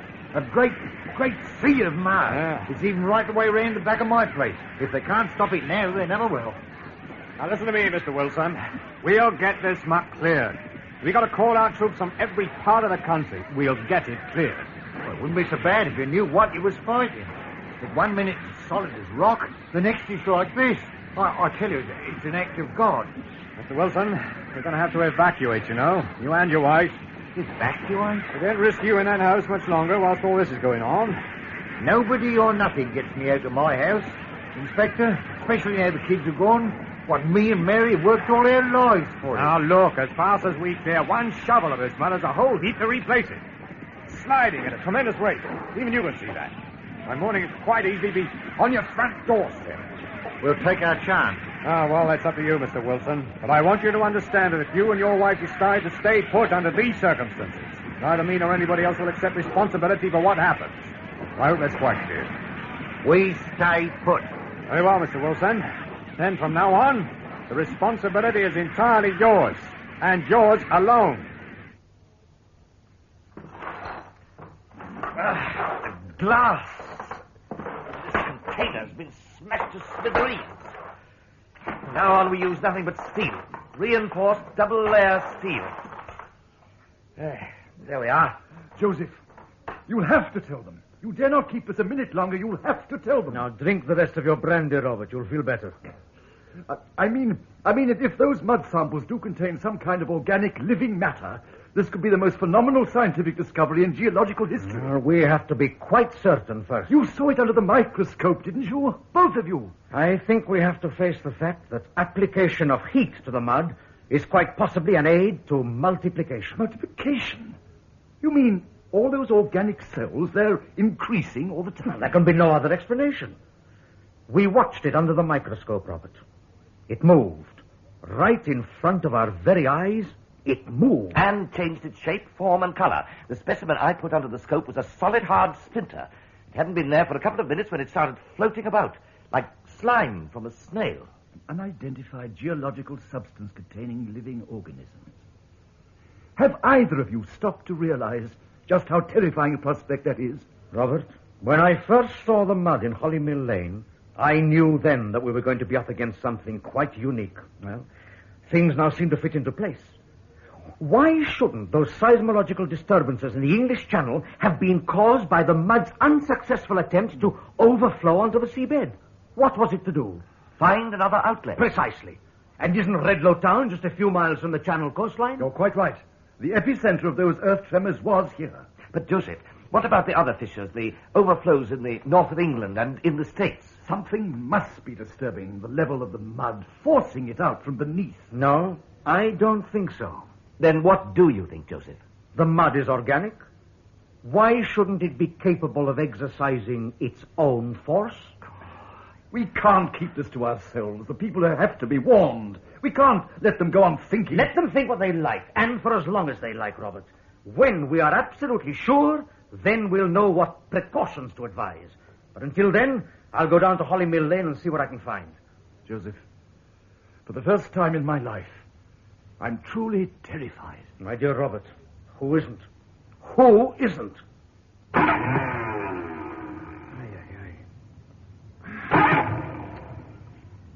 Joseph? Joseph, I must talk to you. Oh, Mrs. Deverill, what are you doing here? It's very late. I had to get away from the house for a while. I felt so shut in. I saw your car lights through the garage door, so I... But is anything wrong? I couldn't sleep, that's all. So much on my mind. Really? I'm worried about Hugh. He's not eating. He keeps moping about the place. He won't even talk. All he's done today is to sit in a darkened room with the curtains drawn. It's so unlike him. He's tired. All this has been a great strain on him. No. I know my husband, Joseph. He's a changed man. How changed? Well, jealous, for one thing. He's not been like that all the years we've been married. Oh, he tries to pretend he's not, but he is. He practically accused me of having an association with you. Did you know that? Oh? Ridiculous, isn't it? I should have thought so, yes. I wish you'd try and convince him otherwise. Life would be much easier. He'd listen to you. I'm sorry, Mrs. Deverill, but I have no wish to become involved in domestic disagreements between you and your husband. Professor Gomez, I have no intention of trying to involve you in anything, and that is not the reason why I came in here. I may not love my husband anymore, but I do still respect him. I am very glad to hear that, Mrs. Deverill. You're an extremely vain man, Joseph. Do you know that? Do you think so? All that scientific talk of yours doesn't fool anyone. You find it just as difficult to contain your personal feelings as any other man. It's taken my husband quite a few years to discover what his true feelings are. I just hope it won't take you as long. Forgive me, Mrs. Deverill. I had not realized what an unhappy woman you are. I'm very sorry. At the present moment, Professor, my only concern is for my husband's health. It's not your sympathy I want. It's your help. Dr. Richards. Good morning, Doctor. Sorry to wake you. It's Sister Roberts, Redlow General. Yes, sister. I'm afraid we've had some trouble during the night, Doctor. We've lost your young lady, Miss Marshall. You what? Well, when Nurse went in about half an hour ago, she found the room in a terrible state. Everything's been ripped to pieces. Ripped to... What are you talking about, sister? Curtains, sheets, pillowcases. She'd even tipped a waste bin all over the floor. It's quite incredible. Oh, my... do you know what's happened to her? No idea, Doctor. She's left all her things behind, except her dress and a raincoat. She obviously just upped and walked out in the early hours. Anyway, I think you ought to come over and have a look for yourself. Have you called Dr. Robeson yet? Yes, and I've done what he said. I've called the police. Police? It's not only Miss Marshall we're worried about, Doctor. We've 7 other patients missing from the ward next door. Oh, don't cook me breakfast, love, please. I don't feel a bit hungry. Come on, you've been doing quite enough bustling around. Sit down and talk to me for a few minutes. Oh, leave me, Tug. I'm quite all right. But I'm not hungry. Leave me be. Oh, come on, Mary. No, Tug, what you doing? Let me be. Now, come and sit down. But, Tug, I want to talk to you. What's so wrong about wanting to talk to me own wife? That's better. Tug, Mary, I want us to get away from here. Away? I mean right away. From Hollymill Lane, from Redlow, Well, I from... like it here. It's our home. Why should we leave it? Because it's different now. It's not like it used to be. Things have changed. Are you scared, Tug? Scared?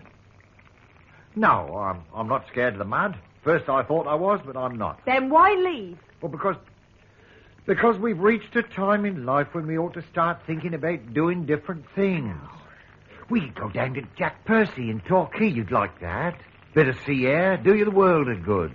You and his missus get on like a house on fire. Why, you two would soon solve all the world's problems. No, Tug. But, Mary, there's so much I want to do. So much I want both of us to do. We've got enough money saved to take us round the world and back if we want. What's the use in spending the rest of our days digging and ploughing? You don't know how to face things, do you, Tug? You never could. Mary, love, please. If you won't do it for yourself, do it for me. Please. Oh, better make it sausages. The bacon's a bit streaky. All right, then. Let's have some light. Tug! No, what you doing? Leave those curtains closed. I'm sick of the dark. Stop I'm it, sick of Tug. wandering around this place in the dark. Please. God gave us good light to feast our eyes on, so let's see it. And breathe God's air. Tug, please, don't. I can't stand the light. It hurts my eyes. But Please. why, Mary, why? Tug. You've always loved the sunshine ever since you was a young girl. What's happened to you, Mary? What's happened? Please, Tug. Come on, love, let's go to church. We'll just about make it if we hurry. No. But you never miss church. It's one of the things you look forward to all week.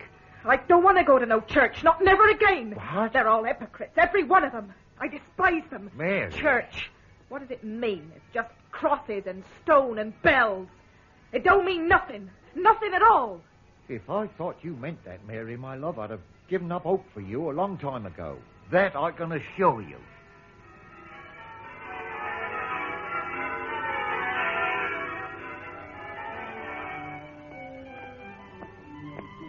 Mrs. Deverill! Mrs. Deverill! Oh, Mrs. Luke.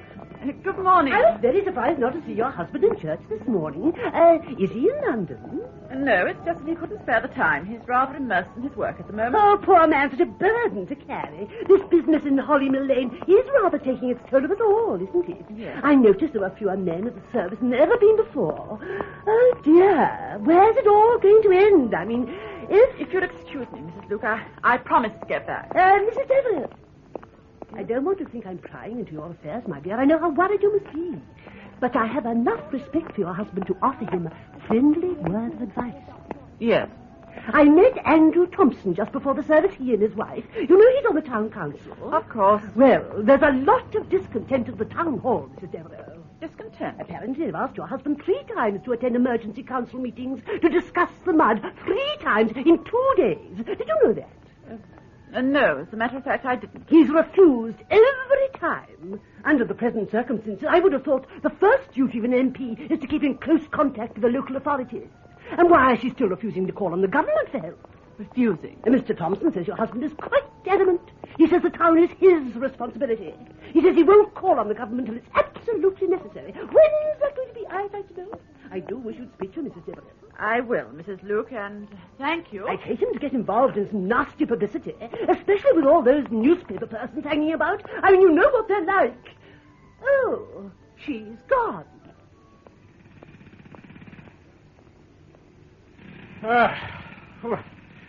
My father used to bring me up here when I was a kid.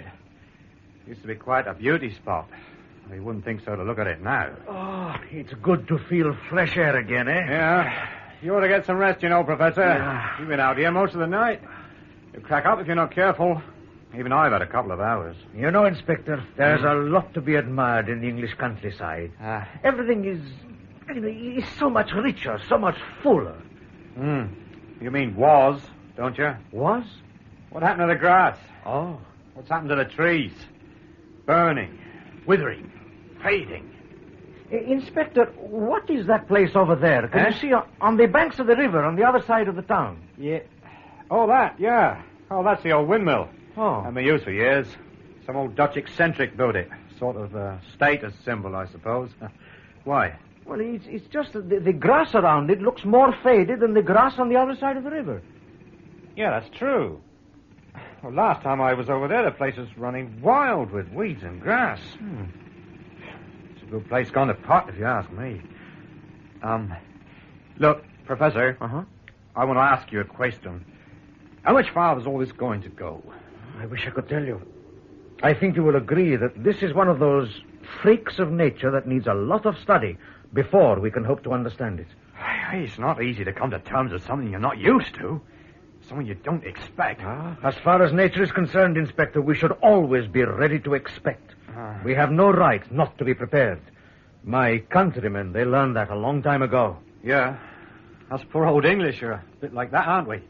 We're more than capable of tackling most things, but we're hardly ever ready for it until after it's happened. Who is? Yeah. Professor, I don't care for myself, of course, but the people round here want to know what's going on. Inspector, you've got to realize that this disturbance, or whatever you like to call it, is a threat not only to you people down here, but perhaps to people all over the world. 7 people, Sister. It's a terrifying thought. Have you questioned the others in the ward? Nobody seems to know anything, Doctor. The whole business seems to have been carried out in absolute secrecy. That's why we can't help thinking that it must have been planned. Oh, what sort of cases were they? 2 of them were quite elderly, but nearly all of them were road casualties or injuries from the earth tremors. Concussion, that sort of thing. Much the same as Miss Marshall. It's very suspicious. Oh, here we are, 4th floor. This way, Doctor. Oh, yes. And are the police going to start a search? What else can they do? Legally, any one of them are entitled to walk out whenever they wish. Of course. The locker room at the other end of the ward had been broken into. They took all their own clothes.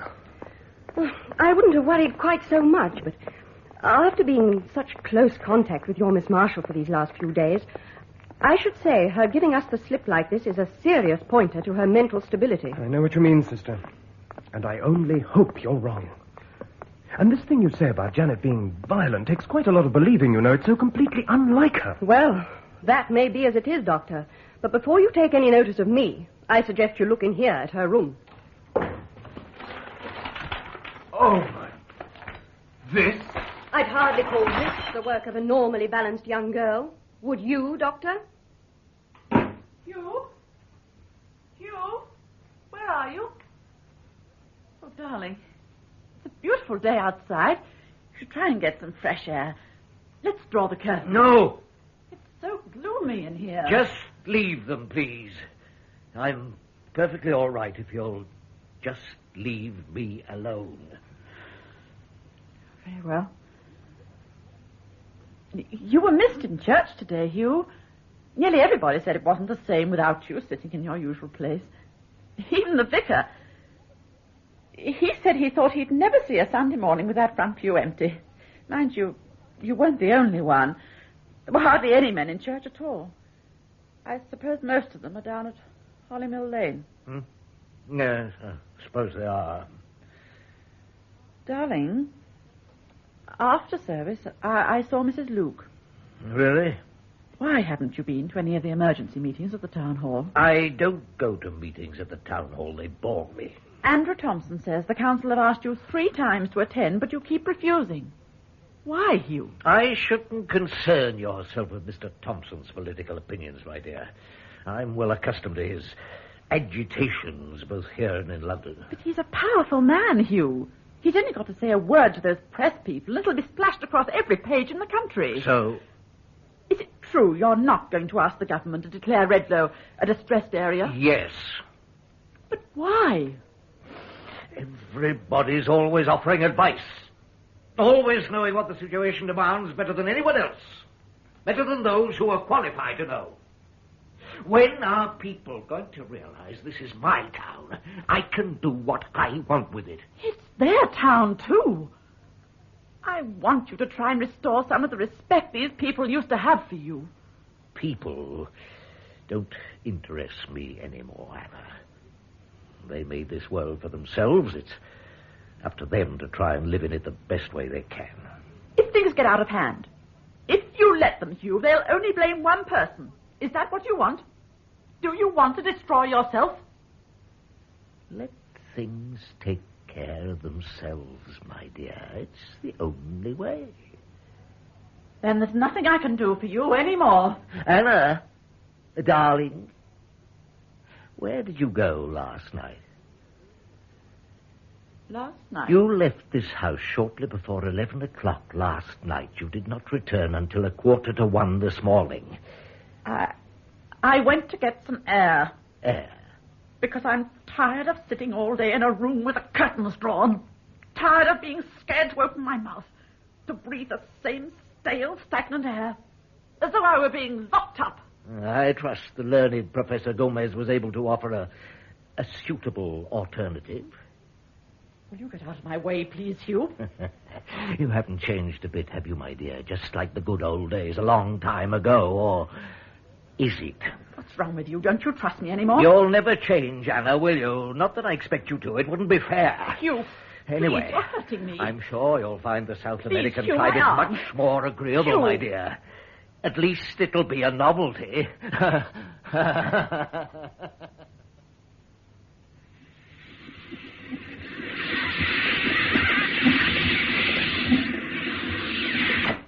Fascinating. But how on earth did you manage to record it, John? It took me over 2 hours. Every time I put the lead wires in, they just burnt away. You've got to be so careful the way you handle the stuff. But, Joseph, surely this proves beyond a shadow of doubt the mud's a living thing. The way it moves, this extraordinary sound. It proves an awful lot, Robert. But what it doesn't prove is the exact nature and the extent. Now, I think that what we have here goes beyond the normal bounds of clear definition. What do you mean, Joseph? John, let's have that tape recorder on again. But this time, can you see if you can shape the background a little? I don't know. I'll try. Why? What are you thinking? I have a feeling that somewhere in the middle there's an indication. There's something staring us right in the eyes. Okay, all set.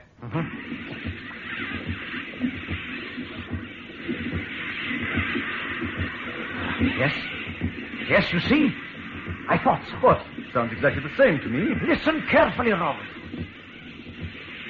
You mean to tell me that you can't hear it? I can. You mean that throbbing sound? That's it. The same rhythmical pulsation. You hear it now, Robert? But I can hear it, but I'm damned if I know what... Yes, I know. I see what you mean now. It can't possibly be a heart. Oh, yes, Robert. Indeed, it possibly can. Every living creature must have a center. It has to. Incredible. Terrifying. I can't believe it. I just can't believe it. You see now, Robert? It's alive. This monstrous thing is alive. That's why we haven't been able to control it. But there must be a center. Well, then, for God's sake, man, let's find this center. Destroy it before it's too late. Before it breaks out anywhere else. Find it? Yes, we will find it. When we know where and how many. How many? It's expanding. It's growing all the time. In just a few days, it's increased and developed beyond all known proportions. Are we to believe that just one center can be responsible for so much? No. This mud is creeping up on us. Slowly but surely, it is creeping up on us all.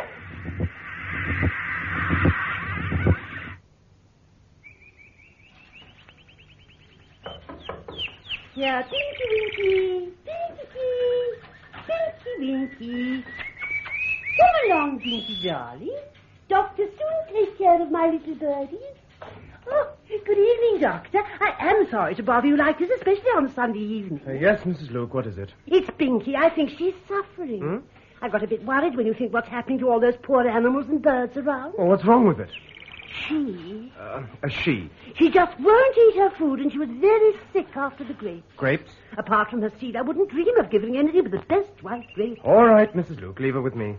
I can't promise to do anything tonight. I've still got quite a few calls. Thank you, Doctor. Pinky. Good night, Mrs. Luke. Call in tomorrow. Oh, Doctor! I'm very glad to see Miss Marshall's back on her feet again. You must have been very worried. I beg your pardon? Yes, you're Miss Marshall. She's out of hospital, isn't she? She must be, because I saw her. You saw Janet? Yes. Mrs. Luke, quickly now, please tell me where. Near the old Dutch Bill by the river. What time was this? Oh, I'm not quite sure. A couple of hours ago, I suppose. I was on my way home from Did you evening speak? song. Was she all right? Well, we didn't exactly speak. I waved. But I don't think she actually saw me. She was too busy talking to that other woman. Which one? That Mrs. Wilson from Holly Mill Lane. Nasty thing she is. Never could bear the woman. And they both went towards the Dutch Mill? No. Only Miss Marshall. Mrs. Wilson left her after a few minutes and made her way back towards the town. Did you actually see where she went? I mean, Miss Marshall, did you go into the mill? Dr. Richards, it is not my habit to go around snooping on people. I mean, what business is it of mine where the young lady goes? Yes, I think she did go into the mill, as a matter of fact. I must say, I did think it was a bit funny at the Mrs. time. Luke, do you know the mill? Well, yes, of course, don't you? No. Will you take me there? Well, I just get my coat. But what about Binky? Doctor, what about my Binky?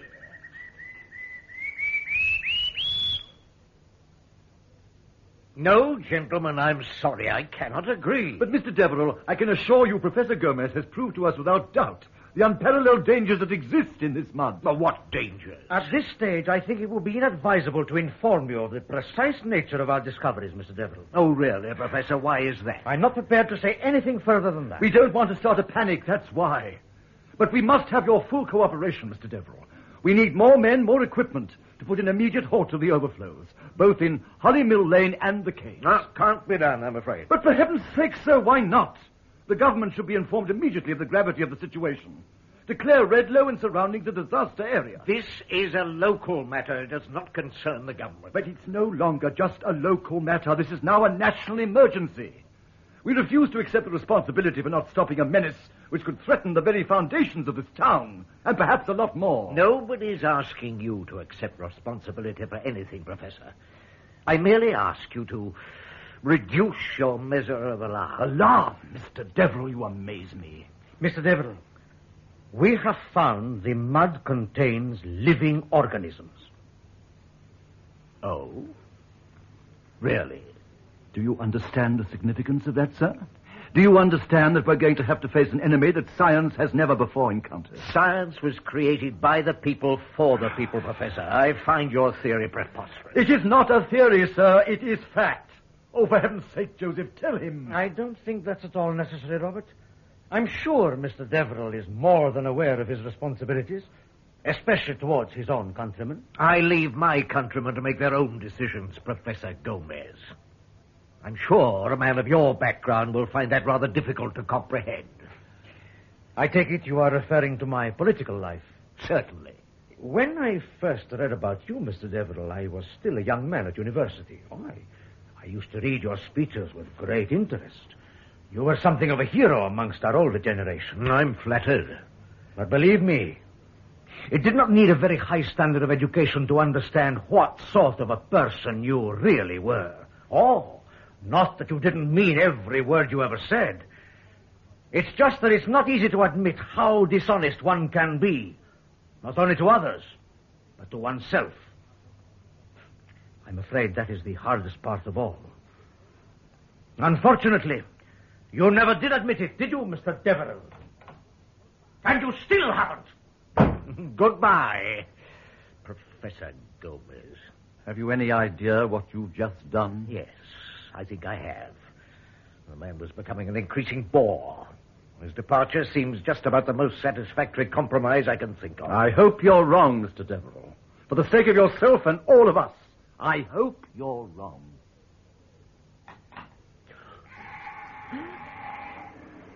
Can you see anything? No. Looks as though this old mill's full of junk. And cobwebs. Well, let's have a look inside. Smells of old rope and dead fish. Janet! Janet, darling! Are you in here? She must be out of her mind as she is. How many floors are there? Can you remember? 3, I believe. The old fellow who used to own the place lived on the top floor. Mind you... Shh. What is it? I thought I heard something. I'm not at all scared, you know. I don't believe in ghosts. Janet, is that you? No. Perhaps she went back to the farmhouse. We should have checked with Mrs. Wilson for... Oh. There it is again. Is there another floor down below? No, only the landing stage. It was only big enough to take a couple of small rowing boats. Should we look down there, do you think? How do we get down? There's a trap door just on the side of your feet. What? This? Yes, now do be careful, Doctor. I shouldn't think anyone's been down there for years. The steps might be dangerous.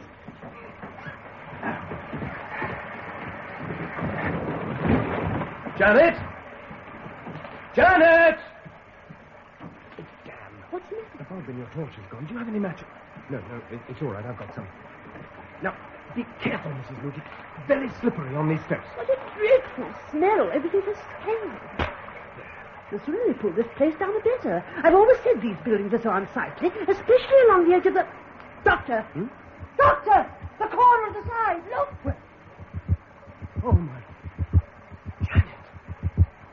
Janet! Get away from there! Get away!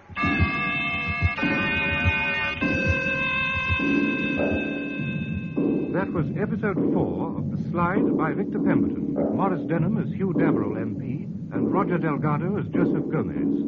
The part of Professor Landers was played by Rolf Lefevre, Dr. Ken Richards by David Spenser, Anna Deverill by Marion Maffey, and Professor Lippert by Alan McClelland. Inspector Baxter, Geoffrey Matthews, RAF Corporal Anthony Hall, Tug Wilson, Stephen Jack, Nursing Sister Eva Haddon, Mrs. Wilson, Miriam Margolyes, Mrs. Luke Noel Hood. Other parts were played by members of the BBC Drama Repertory Company. The special sound was by the BBC Radiophonic Workshop, and the recorded production was by John Tydeman.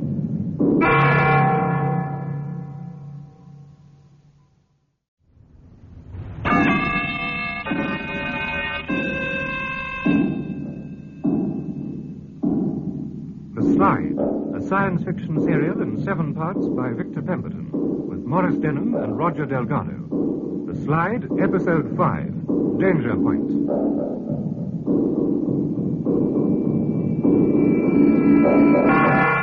Janet Marshall has disappeared from her room at Redlow Hospital.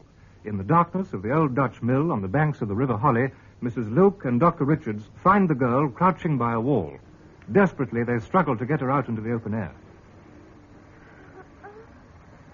Take her other arm, Mrs. Luke. That's it. Thank heaven for the fresh air. I thought I was going to suffocate in there.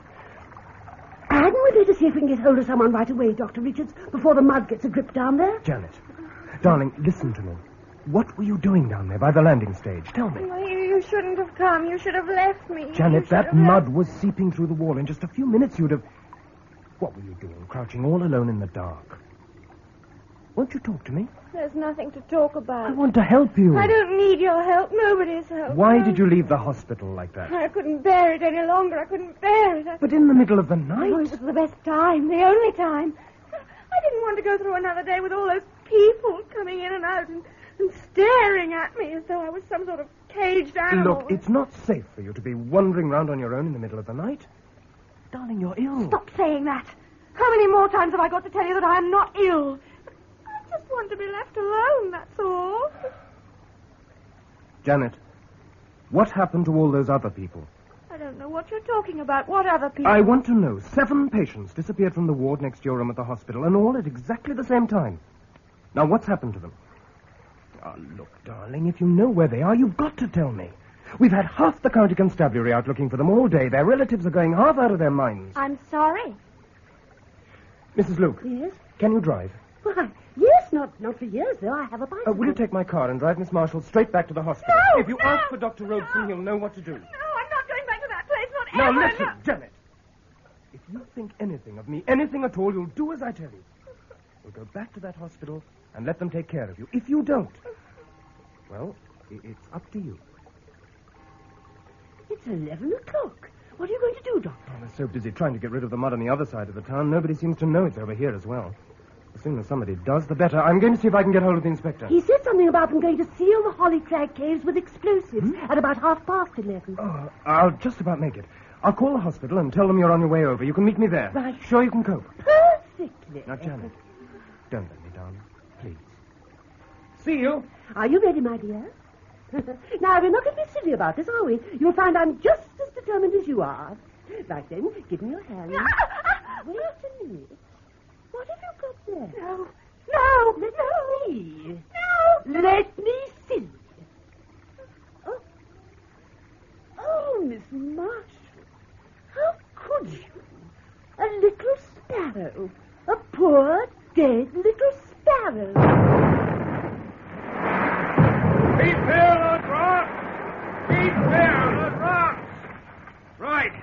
As soon as the dust clears, take a few of your blokes round the back of the crag, Sergeant Johnson. Very good, sir. Make sure there's no mud coming out anywhere. I want this place sealed in once and for all, okay? Right you are, sir. Inspector, can't you get some of your people down to that mill? I'm scared it's going to start flowing out any minute. I'm sorry, Doctor. There's nothing I can do till I've got this mess cleared up. But if we don't get those caves sealed now, there'll be no holding them up. Can't you get any more help? I've got half my blokes here, the other half down in Holly Mill Lane, and most of them haven't had a wink of sleep in 24 hours. That makes 5 overflows now. 5? Yeah, apart from the lane, the mill, and here. There's one just at the back of the Regal Cinema. But that's practically inside the town. There's a main shopping area. I know. They had to clear the cinema during the last performance tonight, just in case. Well, where's the other? Center Heights. What, the new apartment block? Yep, it's about a 25-yard gap in the lawns at the back, right alongside the fountain. It's happening, Doc. I tell you, it's all happening. Oh, for heaven's sake, sister, what do you mean she's not arrived? Well, I left her with Mrs. Luke over an hour ago. They were coming straight here to the hospital. I'm sorry, Dr. Richards. I gave strict instructions to the porter on the gate to bring them up as soon as they were here, but so far there's been absolutely no sign of them at all. All right, sister, thank you. You can leave it with me now. Yes, Doctor. Ken, would you come into my room for a minute? Oh, yes, certainly. Now, look, Ken, something's got to be done about this. What do you mean? I mean Janet. As soon as we get her back here, she must go to psychiatry. Oh, don't talk nonsense, Michael. I'm telling you, she'll have to. Look, Janet's as sane as you or I. Are you sure? Let's stake my reputation on it. Have you any idea why she kept herself in a darkened room all the time she was here? Well, no. To your knowledge, you're sure she's never had treatment? If you mean psychiatric, the answer's no. Not necessarily psychiatric. Ken, have you ever thought about hypnotism? Hypnotism? What are you talking about? Well, you remember old Dr. Luther? Oh, wasn't he the old boy who was always plugging the use of hypnotic treatment in asthmatic disease? That's the man. Why? Just that I went to a few of his lectures. Most of it was a lot of old bunkum, I thought, but one or two of the practical demonstrations were quite interesting. Mm. One of his experiments was putting his patients to sleep, making them open their eyes, and then convincing them that the light was too strong for them, even though they were in a darkened area. But she's never seen a hypnotist in her life. She's had no reason to. And even if she had, she'd have told me. No asthma, bronchitis, no? Michael, I tell you, if she had, she certainly wouldn't have turned to hypnotism. It's not like her. Perhaps you're right. Let's hope when we find her, we'll be able to prove otherwise. But it is an interesting thought, isn't it?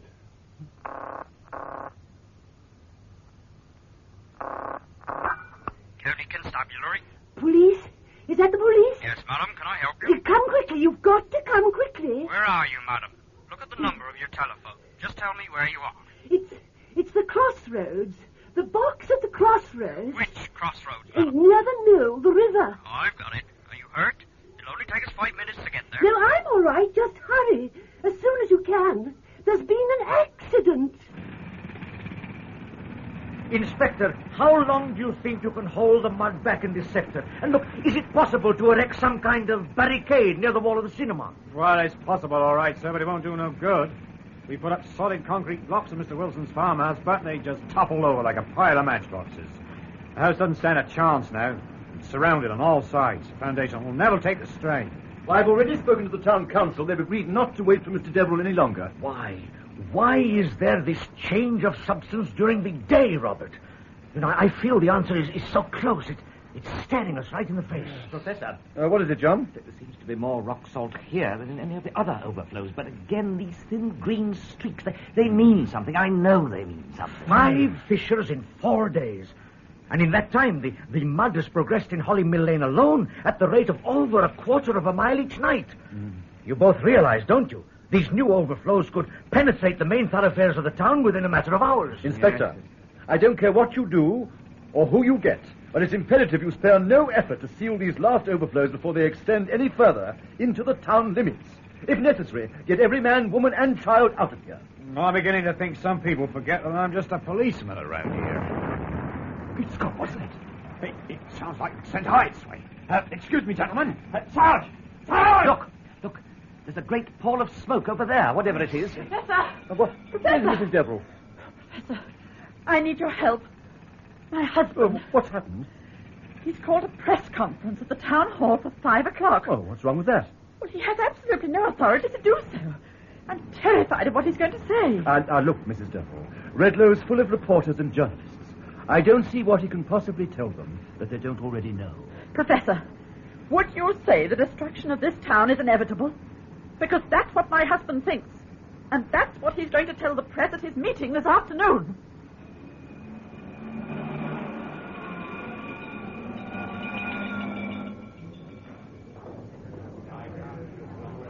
In front of you, gentlemen, at the side of me here on the platform, you see a scale model of a town.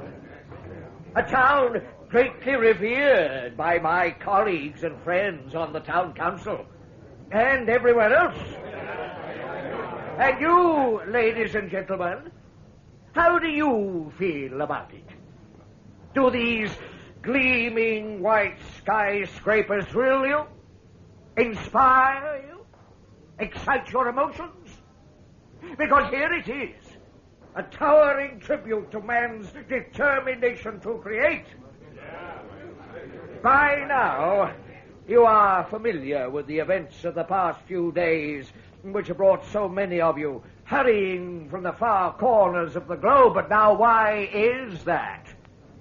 Is it because you really believe nature has struck a cruel blow against this small corner of the English countryside? Paralyzed a daily routine? A way of life that has continued for countless generations? Or can it be that somewhere inside each one of you there are more decisive questions yearning for an answer? Somebody do something. We can't let him go on like this. No. Wait a few minutes. I want to hear what he's going to say.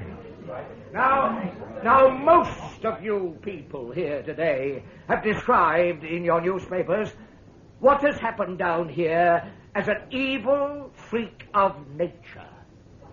But my friends, I can assure you it is not. Whatever evil there is in ourselves. Have none of you ever tried to find a way out of stagnation? Tried to find a new way of life, a new way of thinking, a better way? Well, I have. The world, ladies and gentlemen, is on the brink of a new and exciting existence. Soon the circle will be broken. The flower will wither. Death is not something to be feared. It is not finality. Death is not finality. The man's right off his head. I wonder. We'll see if we can get down nearer the front. Follow me. We may look to the stars, ladies and gentlemen, but it won't do any good. Our hope for the future is right here on Earth. We don't have to be scared of dark anymore.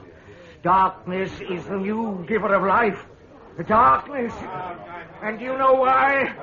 Do you know why? Because the sun, ladies and gentlemen, is no longer the creator. Oh,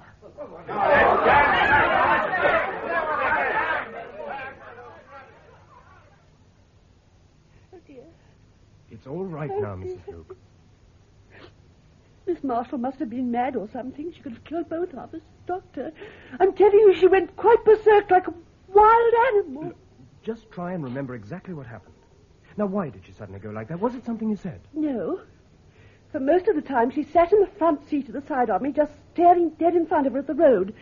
Every so often, I could see her face reflected in the wing mirror, all white and drawn. And her eyes, they were so determined. Tell me how the accident happened. Well, it was those two stupid old people. They seemed to spring out from nowhere, right out of the darkness. Before I could do anything, that wretched girl had grabbed hold of the steering wheel, and we were going straight for them. There was nothing I could do. She was far too strong for me. But then, it was quite extraordinary. Just as we were about to hit them, she screamed out and swerved the car right off the road. We ended up at the bottom of the incline. Glass everywhere. I don't know how we weren't killed. What happened then? I suppose I must have blacked out for a few minutes. But I do remember seeing that girl scrambling up the grass verge with the two old people. Where they went from there, I don't know. Sister, could either of these two old people be from the hospital here? I don't know, Doctor. There are so many of them missing now, it's hard to keep track. It was so awful to see the three of them all standing on the road at the top, just staring down at me. Do you know, I really think they were wishing me dead. Oh, Mrs. Luke. Mrs. Luke, have you any idea in which direction Janet went? Was it back towards town? I've told you, I don't know. I feel so guilty to have let you down like this. You should never have trusted me with her. She's a very sick girl, Doctor. Yes, I know. To think of her wandering around the countryside all alone like that in the dark, and then hiding in disused buildings, carrying those poor little creatures about with her. Creatures? Yes. Soon after you left us, I found she was holding on to a poor, dead little bird. What? A little sparrow. When I tried to take it away from her, she just pushed me aside and threw it into the river. I think even you'll have to agree, Doctor, it's only a warped mind that wants to do things like that. A very warped mind indeed. Mr. Deverill, sir. Yes, your question. I'd like to ask you why Redlow has still not been declared a disaster area. Surely an appeal to the Prime Minister is well overdue. We are perfectly capable of dealing with our own problems in our own time. But the situation's getting out of hand. You can't possibly deny the implications. Implications, sir? What implications? Mr. Deverill, hasn't anyone bothered to tell you? People are already being evacuated from their homes in 4 different areas of the town. Do they have to wait until it reaches your home before something is done? Why are you blind? Why are you all so blind? For the first time, you are privileged to witness a new evolution. A turning point in the history of mankind. I implore you not to scorn it. Do not regard the mud as your enemy. It is our salvation. That is just where you're wrong, Mr. Deverill. In the interest of public safety, ladies and gentlemen, I beg you to disregard anything you've heard from this man during the course of the last hour. All you, ladies and gentlemen, gathered here are well acquainted with the innumerable natural disorders which frequently ravage the surface of this earth. But now I ask you to consider this. What kind of disorder is it that can produce tremors, fissures, and a discharge of an unidentified substance in an area which is generally accepted by us all to be outside the seismic belt? How great our danger is, I will let you decide. I will ask nothing of you other than you listen to the latest evidence at our disposal. No, don't listen to these men. They bring you nothing but lies. It's up to you, ladies and gentlemen. It's up to you. Let them speak. Very well. Professor Gomez and Professor Lippett, will you come up here, please?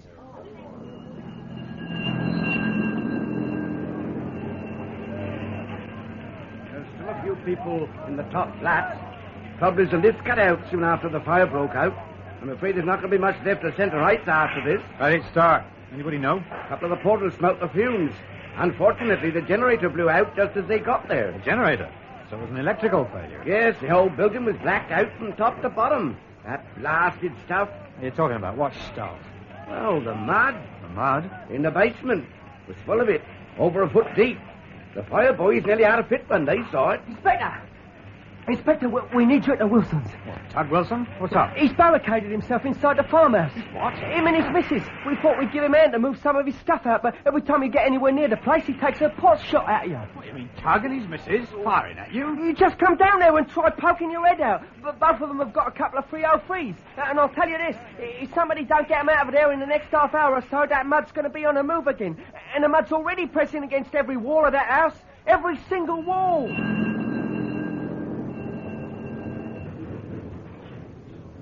Ladies and gentlemen, for many years, we scientists, we've struggled to understand why the Earth begins to shake, to tremble, to open out into great chasms.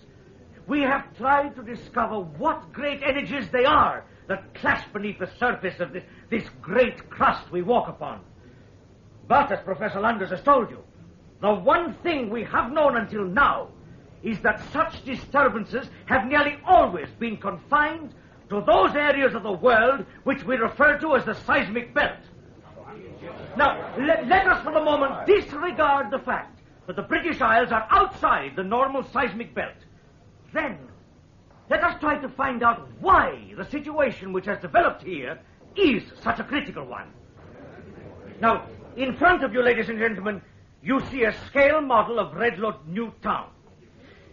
The first fissure, that is to say, the first fracture in the soil's crust, appeared here, the area known as Holly Mill Lane. Then here, here, here, and here. 5 distinct fractures, not all in one place. But, ladies and gentlemen, look at the model and see for yourselves the almost perfectly symmetrical pattern, the circle formed around the town. Professor, are you trying to tell us there is some kind of significance in the positioning of these fissures? Sir, the overflow of this substance, which we have come to think of as mud, I must tell you now, I firmly believe to be a dangerous threat to us all. This mud, ladies and gentlemen, is a killer. Now, please. Now, for all we know, it may have been lying in the bowels of the earth for thousands of years. But I can tell you that my own investigations have proved that the mud was unable to find an outlet on the seabed of the English Channel. Now, it has found that outlet here. And I am convinced that it intends to hold on to it at all costs. Because, ladies and gentlemen, there is no doubt this mud has the intelligence to do so. Please, your question, Peter. Please, ladies and gentlemen. Professor Gomez, I'd like to ask you, sir, what theories you have as to the cause of these disruptions. Would you rule out the possibility of nuclear testing, for instance? No, sir, I would not. Oh, come, Professor. You must forgive my saying, but your past sympathies with the so-called pacifist-inclined groups is well known to all. This is hardly the platform for a nuclear disarmament campaign. Be honest with us, sir. Can you really expect us to believe that a geological substance is capable of determining its own movements? No. No, I can't expect you to believe that. I can't expect anyone to.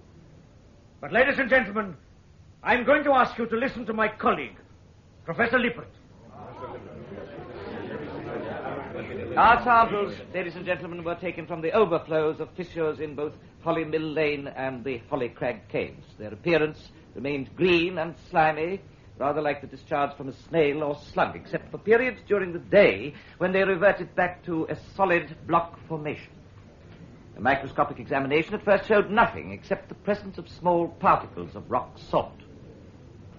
It was not until a later stage that we realized the specimen was multiplying itself at a tremendous rate every few seconds.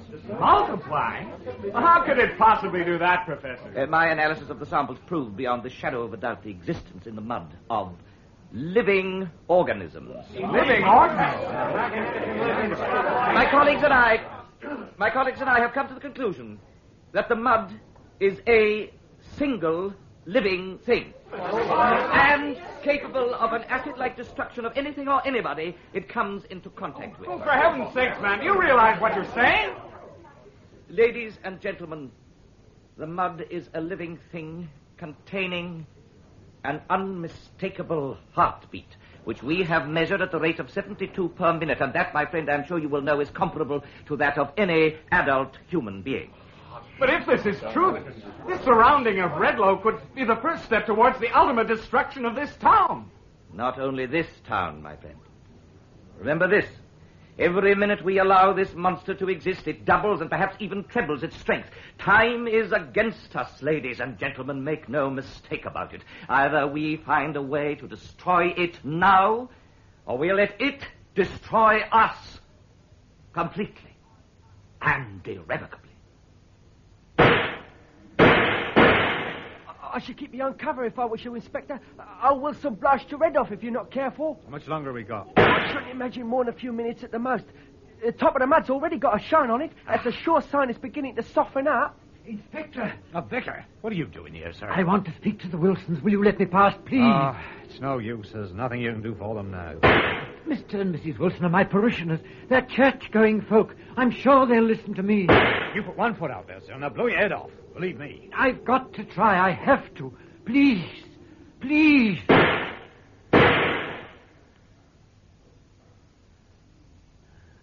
You? Hello, darling. Don't you staring at the model like that. It won't help. Everyone's gone. Come on. I've got the car outside. Let's go home. I have no home. Oh, you. Why did you do it? What made you say all those things? Your whole dream, everything you ever fought for, all gone just in a few minutes. Why, darling? Look at it. My town. My dream. You made it a reality. You should be proud. Proud? Proud to have been a part of man's plans for ruthless corruption, is that it? Corruption? Corruption, expansion, domination, call it what you like. An attempt to deny nature its very right to exist. You think I'm proud of that? Proud to be an accomplice to evil? You stop talking like that. Yes, you wanted me to create this, didn't you? You encouraged me when it's no good. It's no good. Only nature has the right to create. Only she has the power to stop us from exploiting corruption and evil. What you say? The earth was created for and by nature. When are you going to realize that? You let go of my arm. You're hurting me. They think they know, but they don't, none of them. When the darkness comes, they won't be able to shield behind the sun anymore. What are you doing with that stick? Dusty, put it down! Not anymore!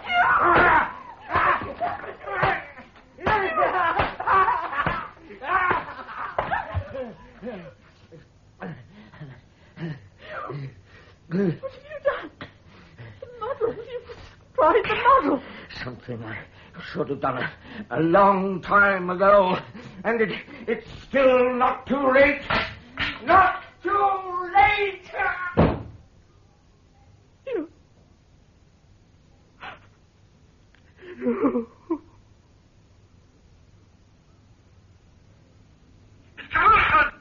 Mr. Wilson, can you hear me? Get out of there, Vicar. This has nothing to do with you. For heaven's sake, man, use your senses. The mud is already beginning to soften. Leave your farmhouse before it's too late. Nobody takes away what belongs to me. But don't you understand? You're endangering your lives. Those walls won't be able to take the strain for much longer. Don't listen to him, Tug. He's just trying to trick us. He's no different to the rest of them. Go back to your church, Vicar. Tell them some of your lies. You don't mean nothing to us now. Go back! Please, Mrs. Wilson. I beg of you both. Your house will be rebuilt. Don't sacrifice yourselves for an unworthy cause. Don't abandon your faith. Everything you ever believed in. We'll help you. I promise we'll help you.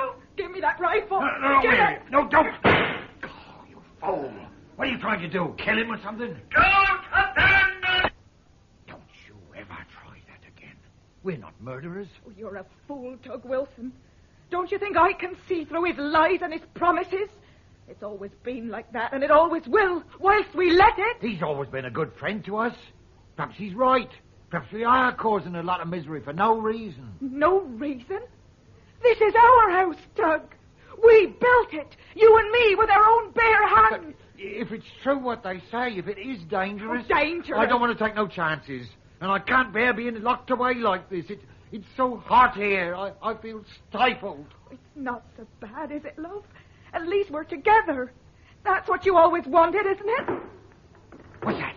It's nothing. Don't worry, love. There's a ceiling. Look, it's shaking. It's all right, love. This is what we've been waiting for, you and me, all our lives. This is just a start. Don't it make you feel good, my love? Don't it make you feel good? The walls. It's all going to cave in on it. We've got to get out of here quick. We've beaten them now, Tug. You and me, we've beaten a lot of them. Put your arms around me. Come to me. No, I'm suffocating, I tell you. I've got arms of air. Help! Somebody help us! Help! Hold on to me, John. Hold on. And we'll never be parted again.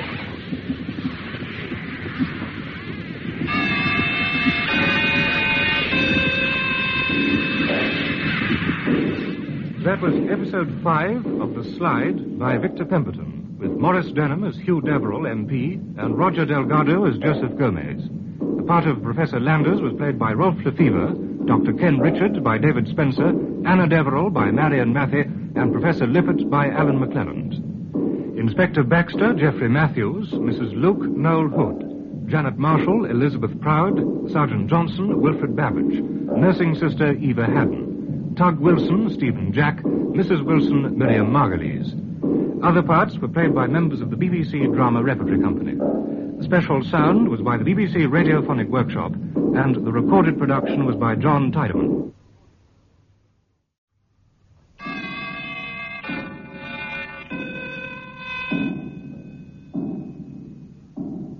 The Slide, a science fiction serial in 7 parts by Victor Pemberton, with Maurice Denham and Roger Delgado. The Slide, Episode 6, Time Limits.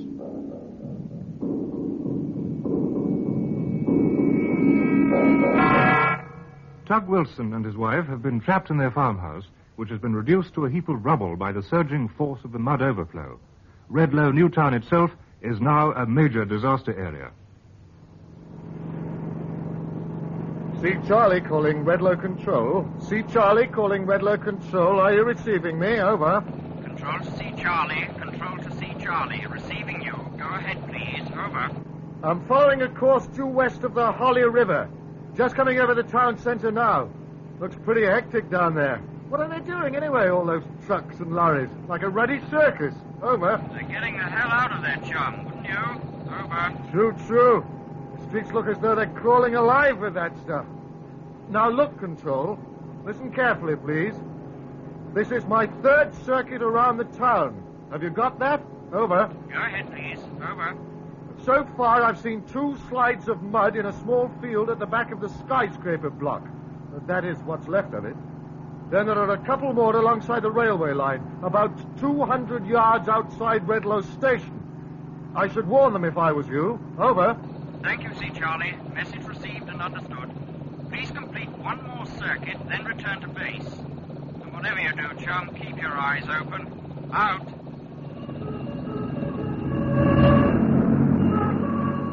On, Johnson. Sir? Take 2 men and get those people out of that house. I gave you orders to get everybody out of this street by 11 o'clock. Now, what's up with you? I've got to do everything myself. I can't help it, Inspector. There's some old dear called Mrs. Luke trying to get the boys to put a piano on the truck. It's a hell of a job. Well, get her out of there. If she wants the whole street to come down on top of her. And a piano. Yes, sir. Is that likely so soon, do you think, Inspector? I really don't know, sir. But after last night with the Wilsons, I'm not taking any chances. There's no gas, water, electricity. Can't even get a telephone line through to London. The mud's been seeping up through these drains in the road all night. Oh, you mustn't blame yourself, you know. What happened to the Wilsons was not your fault. No, sir. And whose fault was it? I've known Tug Wilson and his missus for years, ever since I left the beat. When are we going to see the back of this, Professor? We have to move fast. That's all I can tell you. Well, I hope somebody comes up with a bright idea, sooner or later, before it's too late. It's not the mud that scares me so much as people. What do you mean? Do you know what they were doing in the town last night? No. Right in the centre of the main high street. Looting. Looting? Mm-hmm. The sane, level-headed British public, smashing shop windows, swiping everything they could lay their hands on. I don't suppose you can blame them, really. When the unexpected turns into a nightmare, it's bound to turn them into animals. Inspector, how can I get down into those sewers? Do what, sir? There's obviously a fracture down there somewhere. It's just possible we can do something if we can find out which way the mud is moving. I'm sorry, sir. I can't allow that. It's much too dangerous for you to go wandering through the town sewers on your own. That's easily settled. Come with me. Well, I don't know about that, sir. You told us yourself, that mud's alive. You never know what it might be capable of doing. Not during the day, Inspector. You can see for yourself it's as hard as concrete. Now, come on. It won't take more than 10 minutes. I just want to have a look. Yeah. Oh, very well, sir.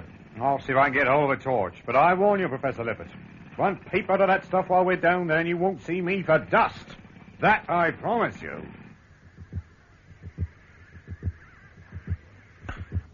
Well, now, Doctor, what do you think? Yes, it's a heart, all right. But a living organism in a geological substance. You've had the chance to study the mud sample under the microscope, Doctor. What more proof do you need? Well, it's just that it takes quite a bit of getting used to. This, of course, does answer quite a few questions. Such as? Well, if we're to believe that this mud is alive, with functioning brain cells, then we must also believe that it's capable of exercising its own intelligence. You mean equal to that of a human being? And maybe more, Professor. In fact, the evidence at our disposal is now too overwhelming to think otherwise. I don't quite follow you. Well, during the past few days, our surgeries throughout the town have been crowded with patients complaining of almost identical symptoms. Oh, on the face of it, quite ordinary, you know, headache, sickness, nausea. But the interesting thing is the depression which follows. Depression? Yes. It's difficult to describe, really, but from nearly all these people, we've had reports of them doing the most extraordinary things. Things which are so completely alien to their own personalities. And in some cases, this has led to direct physical violence. Yes, Doctor, but isn't this a perfectly natural reaction? The hospital is still treating hordes of people for shock after the earthquake. I'm sorry, Professor, but I believe there's more to it than that. And so do my colleagues. You think that there's some connection with the mud, is that it? Well, for instance, Professor, an old man throwing himself into the mud in the caves. People disappearing from the hospital wards in the middle of the night. Yeah. Even Mr. Deverill with that absurd press conference of his last night. And Janet, my own fiancée who doesn't even know me anymore, roaming around the countryside, heaven knows where. And then what about the wildlife? Birds, cattle, sheep, cats, dogs, dying off by the score and for no reason. Now, let me see if I understand you, Doctor. You believe that certain sections of the community are being subjected to some kind of mental pressure. Is that correct? Yes. An outside pressure trying to force its way in. Yes. And that outside pressure is the mud. Yes. But how can the mud, even with its brain cells and heartbeats, exercise any sort of pressure over the human mind? My dear Robert, in a way that we should have realized long ago. You tell him, Doctor. Hypnotism, Professor. The art of hypnotism.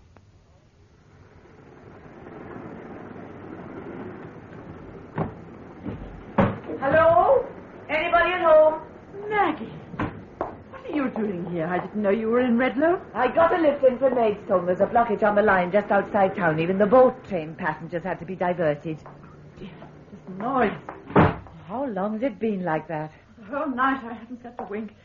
I suppose you know we're what you call a distressed area now. We're all being bundled off to the RAF camp at Redlow. I'm supposed to be out of here by 11, hence the mess. How are you, my dear? I'm scared, Maggie. In fact, I've never been so scared in my whole life. It doesn't sound a bit like you, Anna. You've always known how to cope in the past. Why did you come down here, Maggie? Did they send you? Oh, I suppose you could call me a sort of advanced guard. There was a secret meeting at Chequers during the night. I think you'll find my arrival the first of many. Anna, what's happened to Hugh? Why ask me? You've known him just as long. Now, don't be silly, girl. I'm not down here as a politician. Hugh's my friend, and so are you. He's a very sick man. That's all I know. This wild press conference of his last night. He attacked everyone. The government, the party, the council, even his own original conception of the town. The whole country's buzzing with it. What's gone wrong, for heaven's sake? It's so unlike him. Perhaps you better see for yourself. He's in here. Hugh? Hugh, there's someone to see you. Hugh? Hello, boy. Don't you want to see me? It's Maggie. Whereabouts are you? I can't see you in all this dark. What do you want? Oh, there you are. Why, do I have to have a reason to visit an old friend? Can't we have some light? Leave those curtains alone. But it's a lovely day outside. Anyway, it's silly to sit and talk in the dark, so impersonal. I prefer it. Now, what do you want? We were wondering, Hugh. Some of us were wondering when you're coming back. Back? Where to? Why, to Westminster. We haven't seen you at any of the meetings over the last few days. There was one at Chequers last night. We missed you. And you came all the way from London to tell me that. That my colleagues, my associates, my friends all miss me. Is that it? What's the matter with you, Hugh? Don't you care about Redlow anymore? Your town? You know very well all the government wants to do. Government, my dear friend. When are you and all the rest of those fools going to realize that the time is coming when the only form of government will be the earth itself? You can't sit by and see the town swallowed up right in front of your very eyes. Maggie. Oh, Maggie, can't you feel it? The vibration of an exciting new life. Hugh, how much longer do you intend to lock yourself away like this? For as long as I wish. And how long is that supposed to be? I shall know. Very well. Then I shall take Anna with me. No, Maggie. If you want to stay here and rot, you can do so. But don't expect your wife to rot with you. Right. Very well. Maggie, what are you doing? If you won't let God's good light in, I will. No. Look out there, Hugh. Take a good look and feel the sun on your face. My eyes. Somebody help me. My eyes. My eyes.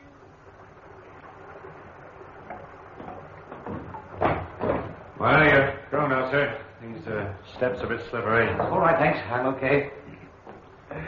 I must say, it all looks very clean. I always imagined town sewers to be filthy. Oh, no. The whole system's pretty new. We only finished doing it about 6 months ago. So, which way? Shine your torch over there, can you? Yes, well, I reckon if we follow the stream for 200 or 300 yards, that way it should bring us almost directly underneath the High Street. Lord, what's that? Don't worry, Professor, it's only a rat. Me and you are trying to find them down here, aren't we? Yes, quite. Well, as long as we don't find anything worse than that, we'll be all right. I hope. This way, sir.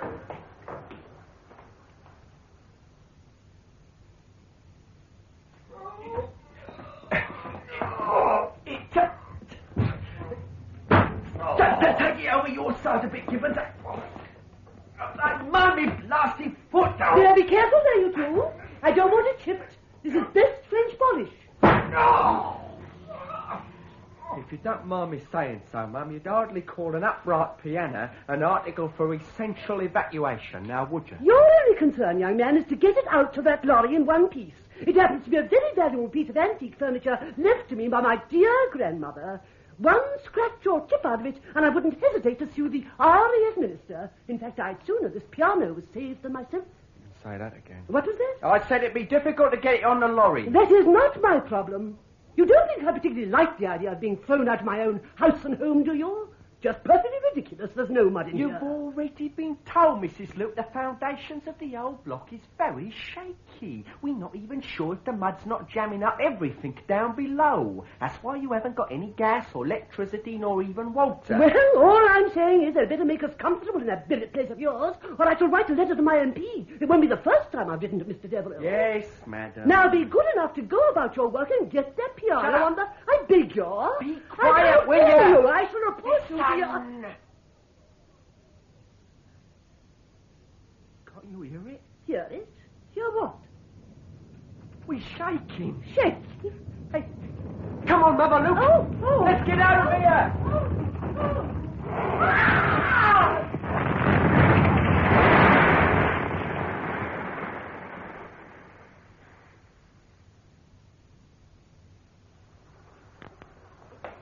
I think we're just below the High Street now. You see anything, Inspector? No, not a thing. Have you noticed something, though? No. Look in the water. Good Lord! Dead rats. Look at them all. There must be about a dozen of them. Yeah, well, that's why I was a bit surprised to see that one alive when we first came down. These things have been floating on top of the water all the way along. In which case we can expect the worst. Where does this alley lead to? Dead end, I should think. There must be quite a few exits down here. Up nearly every street. Hey, that's funny. What? Over there. What is it? Do you hear anything? Not a thing. Put your ear up against the wall. No, closer. There. I can hear it now. Yes. Somebody breathing. Quick. Shine the torch in front of you. Yeah. Can't see a thing. Not a damn thing. Give me the torch. I want to look down this alley. Those rats. There must be dozens of them floating in the water. Yeah. I've been noticing the colour of the water now. Real dirty green. You ask me, the best thing we can do is get a... Professor! Get quick, torch. Where? Dead ahead of you. There. Someone crouching on the ground. Oh! It's a woman. You there. Hey, you! Hey, who are you? What are you doing down here? Hey? Now, don't be scared. I'm not going to hurt you. Hey, come back. Come back. Inspector. Yeah. Look, there are more of them. Look on the other side. Where? Look, they're all huddled together around the bottom of the steps. A whole lot of them crouching on the floor. Look at the faces. They're watching us. Do you see their eyes? They're watching. What are you doing? Get out of there, all of you. Do you hear me? What is it? What are you trying to say, old man? Hey? Who are you? What are you doing down here? Inspector! Inspector! Come on! Look at the mud! It's all over the walls! Come on! Let's get out of here! Hypnotism? That's quite an hypothesis, Doctor. I hope you know what you're saying. Professor, there are many people who believe that hypnotism can be a great aid to medical treatment. And do you?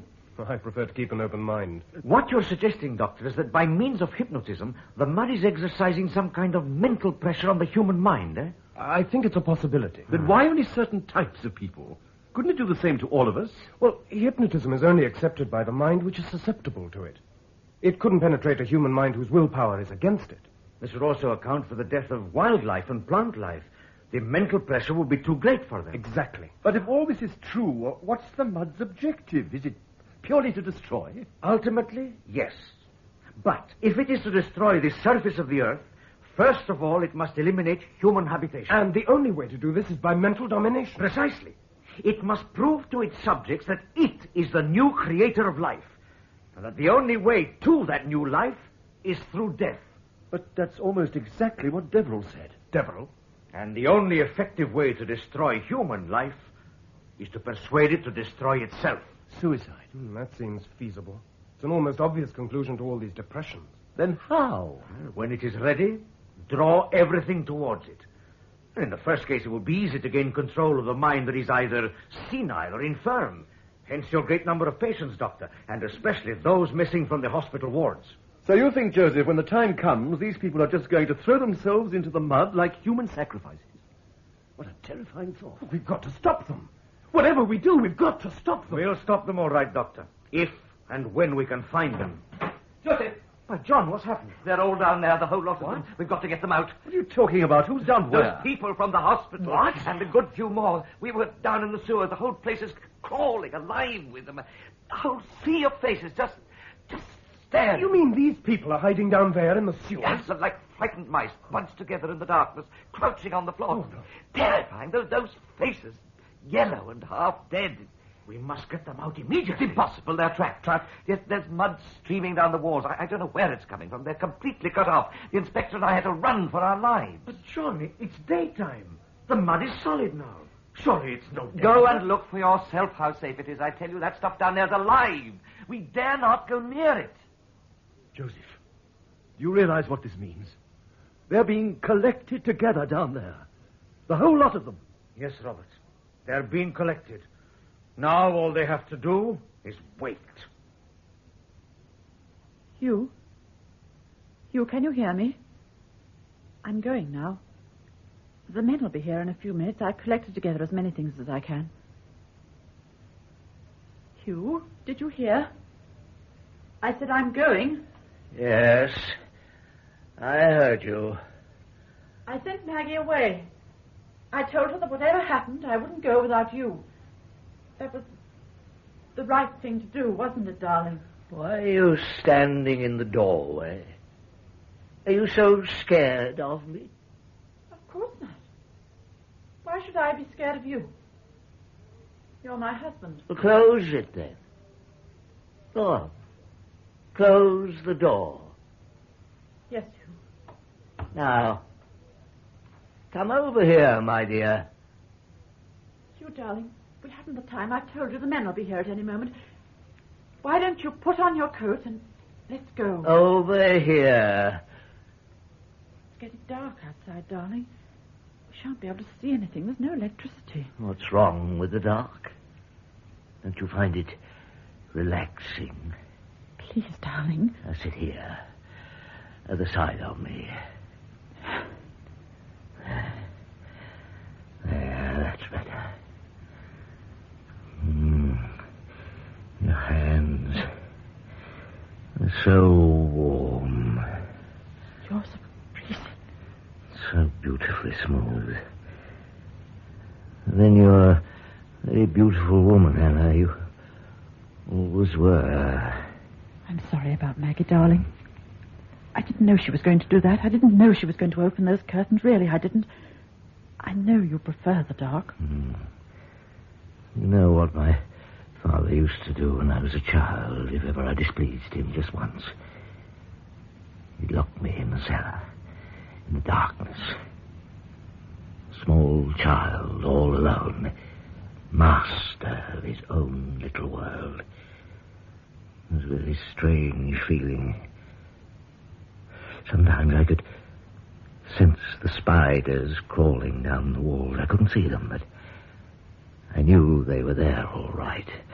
I remember I used to sit on my stool in the darkness, and suddenly I would feel this thing crawling slowly up my bare leg, but I wouldn't move, not an inch. I would sit there for as long as I could without taking any notice of it. Then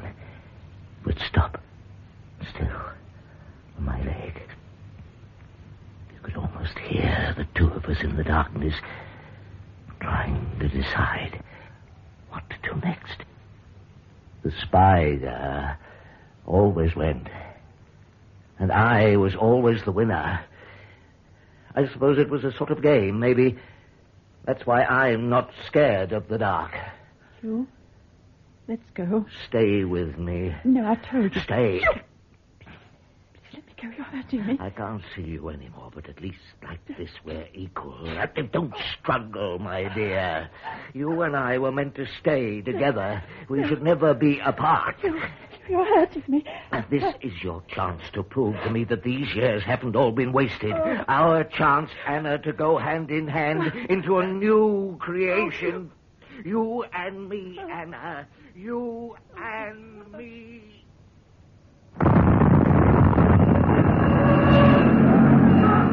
That's the main post office, I think. Probably it was a gas main explosion down below. I'm not surprised. I don't think my nerves can stand it much more of this. You know, we'll have to clear that laboratory if this goes on much longer. It's getting too close for comfort. When the devil is all this going to stop? That's what a lot of people would like to know. I beg your pardon. It's Professor Landers, isn't it? Yes? Well, I'm Margaret Griffiths from the Home Office. Ah, Miss Griffiths. This is my colleague, Professor Gomez. Professor. How do you do, Miss Griffiths? It's a pretty sight, isn't it? Did you know this was to have been some sort of showplace for Redlow? Our Postmaster General ought to see it now. So, gentlemen, what do you intend to do? Do? Well, do you want us to sit tight and see the town crumble all around us? Is that the idea? Miss Griffiths, we've been working night and day to try and find the cause of this outbreak. It's not the cause we're interested in, Professor. It's a remedy we want. A way to save this town. Professor Gomez, you were called in because of your superior knowledge of geological disturbances. Haven't you even the faintest idea how to get rid of this stuff? No, Miss Griffiths, I'm afraid I have not. Then somebody must have. There are scientists down here from all parts. Some of them must know what Miss to Griffiths, to our knowledge, what has happened here in Redlow is something that has never before been experienced in the history of mankind. Now, somewhere beneath the surface of this tired earth, there is a hard core. How far down, we may never know, but it is our enemy.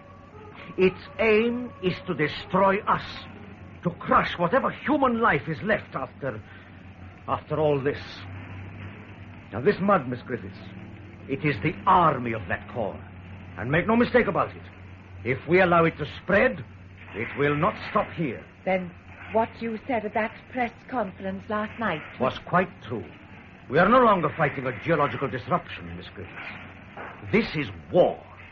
War between two human minds. It's a battle of the giants. And one of them is more powerful than we had ever dared imagine.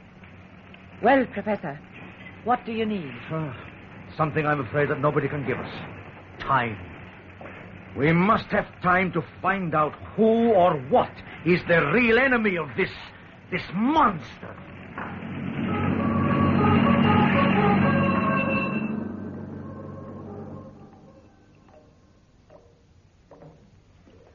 Sorry, Doctor, but I think this is a pretty harebrained idea of yours. These sewers are absolutely full of mud. For heaven's sake, let's turn back. It's too dangerous. I can't. I've got to find Janet. Look, what sort of a person do you think I'd be if I just went off and left her to die down here? All right, but I'm going no further than the end of this block. The first alley where we saw them is just on the left. Now, keep your back to the wall, and whatever you do, don't move without me.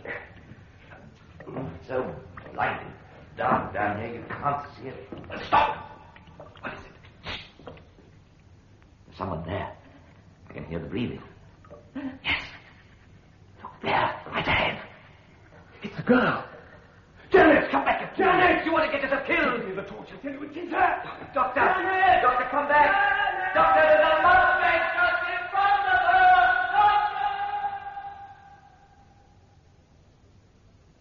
Mrs. Deverill, I came as soon as I got your message. Now, what has happened? Hugh tried to kill me. What? He made me go in and sit beside him in the dark. It was terrible. He was like a maniac. Where is he now? I don't know. Still in the drawing room, I think. It was a miracle how I managed to get away from him. All I could do was to run out of the house as fast as I could. There was a soldier on duty at the end of the road, and I told him to find you. The terrible noises coming from that room. Though the whole place were being torn to pieces. You wait here. No, Joseph, you mustn't. No, he'll kill you. Now, give me the oil lamp. Right. Now, keep back. Mr. Deverill? Mr. Deverill? Are you in there? All right, Mrs. Deverill. You can come in. He's not here. That's strange. I didn't hear him go. Joseph, look at the room. What's he done? Look, is there another way out? The door in the corner. It leads straight out into the garden. The curtains are torn to shreds. And the furniture. No, I can't see anything. He must have gone. Now, look, Mrs. Deverill, you must leave here immediately. He just sat here in the darkness. I couldn't see him, but I knew his eyes were watching me all the time. When his hand touched me, it was cold, like ice. But what made him try to kill you? I don't know. It all happened so quickly. He grabbed hold of my throat and started to squeeze. I felt the life draining out of me. Oh, he must hate me very much. No. What you see in your husband now is a puppet. He's no longer able to think for himself. He's so alone. I think most of all, that's the thing I can't bear. We shall get him back, Mrs. Deverill. Him and all those other people. We must. Janet, look at me, darling. Don't you know me? For heaven's sake, man, don't take another step. The man's active, waiting for you to move in. Janet, Please, she's a prisoner. Her face, her eyes, she doesn't even know me. She can't hear you, man. She's only allowed to obey one voice. It's a trick to get you over there. Now, whatever you do, don't move. I just can't leave her down here like this. She's under command. She doesn't know you, doesn't want to. Once you try to make contact, that stuff is going to go for both her and us. Janet, listen to me, darling. I'm going to take you away from here, out of this place. Now, if you keep perfectly still, I can just lift you across. No, Doctor, no. Janet, listen to me. To me! Now, give me your hand. Don't be a fool, man, please. Janet, please. That's it, darling. That's it. Now, just a little bit further. Go on, you can do it. Don't do it, Doctor. There's a pressure. Can you feel it in your head? There's a pressure. Fingertips are almost touching. I've got you, darling. I've almost got you. Moving, Doctor. Don't touch her. Come on, moving towards us. Janet! No, Janet, don't leave me! Janet! Please!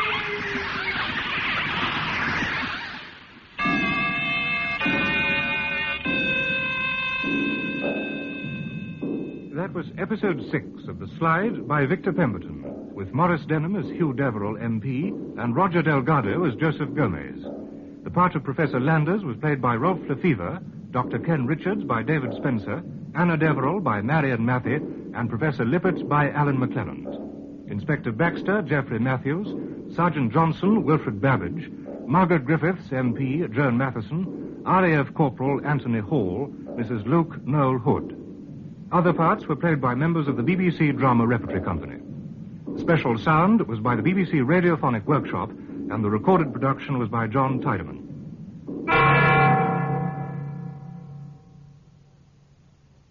Episode 7 will be broadcast next Sunday at 7 o'clock.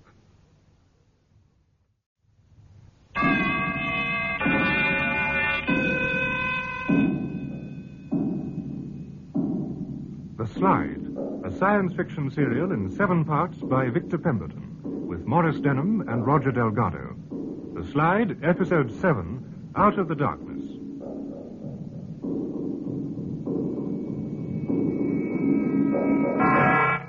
The lost people of Redlow Newtown are found hiding in the darkness of the sewer tunnels beneath the deserted streets. In the main square above, Inspector Baxter waits anxiously for Dr. Richards and Professor Lippert. Any sign of them? No, sir, not yet. Just the two of them, you said. Lippert and the doctor. Is that right? Yes, sir. I've been listening for the last 2 hours, but I haven't heard a thing. Sounds dead down there. Trouble is, these sewers stretch for miles. Okay, Sarge. We'll give them another 10 minutes or so. Then we better go and get some kip. They Yeah. want to risk their own necks, let them. I've had enough wondering about those tunnels down there. Anyway, it'll be sun up in a few minutes. I wish he'd pack that up. Sounds like a funeral dirge. We all have our own way of showing feeling, Sarge. The vicar's been in that church for 15 years. I reckon he's got the right to ring his bell if he wants. Not feeling that's going to save this town, not now. Look at the place. Never think it was Tuesday morning, would you? Market day.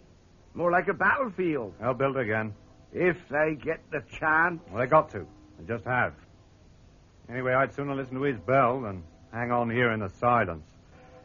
I think it's that scares me more than anything else. Silence. I'd give anything to hear the birds sing away in those trees again. Inspector! They're here! Oh, quick! Give him a hand. Come on, now. Lift this. Come on. All right, I got you. That's it. Hold on now.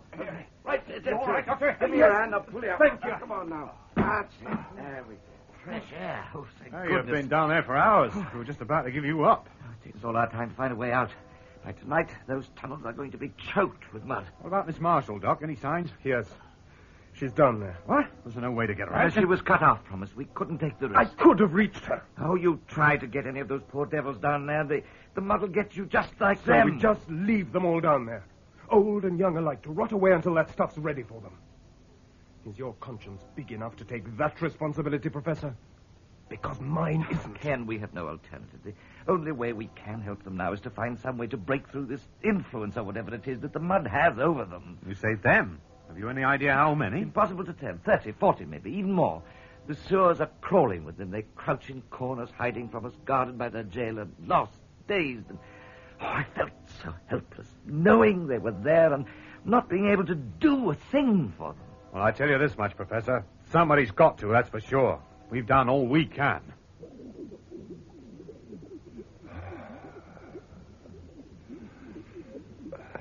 Robert? Robert, wake up. I'm sorry, old boy. Must have dropped off for a few minutes. An hour and a half to be exact. It's 7:30. Oh, is it really? Oh, well, when you get to my age, you need your rest. Any luck yet? No, the mud sample in the tank's been on the move most of the night. The only interesting thing that seems to have happened is the rock salt particles have disappeared from the side of the tank, you see? Yes. Look at the Richards stuff. It's much bigger than it was last night. At least 3 or 4 times, I'd say. You know, we'll have to get rid of it soon. It's too dangerous to keep in here for much longer. You know, that bubbling really is like volcanic lava, isn't it? Reminds me of some of those eruptions I saw in New Zealand. Would you like to blow out the lamp, Robert? Certainly. I'll raise the blinds. You know, we could do with some fresh air in here. I know. This light's a strain on the eyes. Oh, it's a beautiful day. There's hardly a cloud in the sky. You know, if someone had told me they had such sunlit days in England, I would never have believed them. Better? Much better. Let's hope the heavens are with us today. If they could just send us some wind, a little breeze.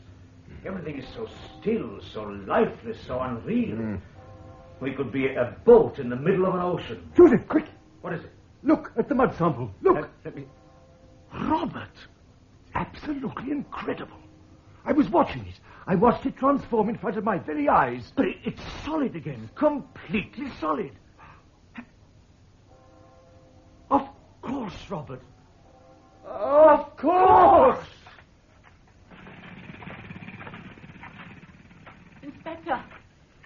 Inspector Baxter. Mrs. Deverill, what are you doing here? The town's out of bounds to all civilian personnel. Inspector, you've got to find my husband. Mrs. Deverill, take a look around you, will you, please? There are 1,500 blokes trying to clear this stuff from the streets. I'm warning you.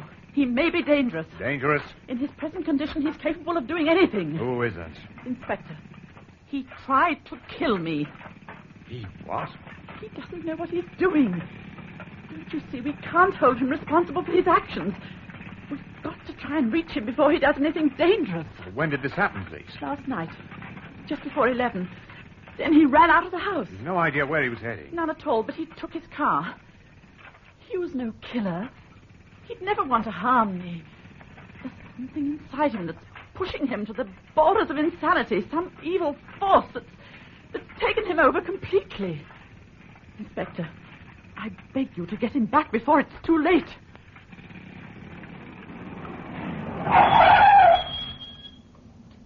Oh, I'm sorry, sir. You have to turn round. The road's blocked from now on. Get that thing out of my way. I'm going into Redlow. I'm very sorry, sir. The town's out of bounds to all civilian personnel until further notice. If you want permission to... Oh, what's the matter with you? What are you looking at? Your face, sir. You all right? I am perfectly all right now. Will you get out of my way? Well, it's scratched, sir. You're bleeding. Let me get you to a doctor. I don't need a doctor. I don't need anyone. I've got to get into that town, and I've got to get in quickly. They need me. Don't you understand that? They need me. Turn your car round, please, sir. Damn it, man. Don't you know who I am? No, sir, I do not. My orders is that no one passes this barrier without permission from my commanding officer. It's not my business to know who you are, sir, so you'll be saving yourself a lot of time and trouble if you just turn right round and go back where you come from. And if you take my tip, sir, you see a doctor as soon as you can, and them scratches look as though they need it. Hey, what the heck you doing? Now, are you going to get out of my way? Put that gun down. Are you mad?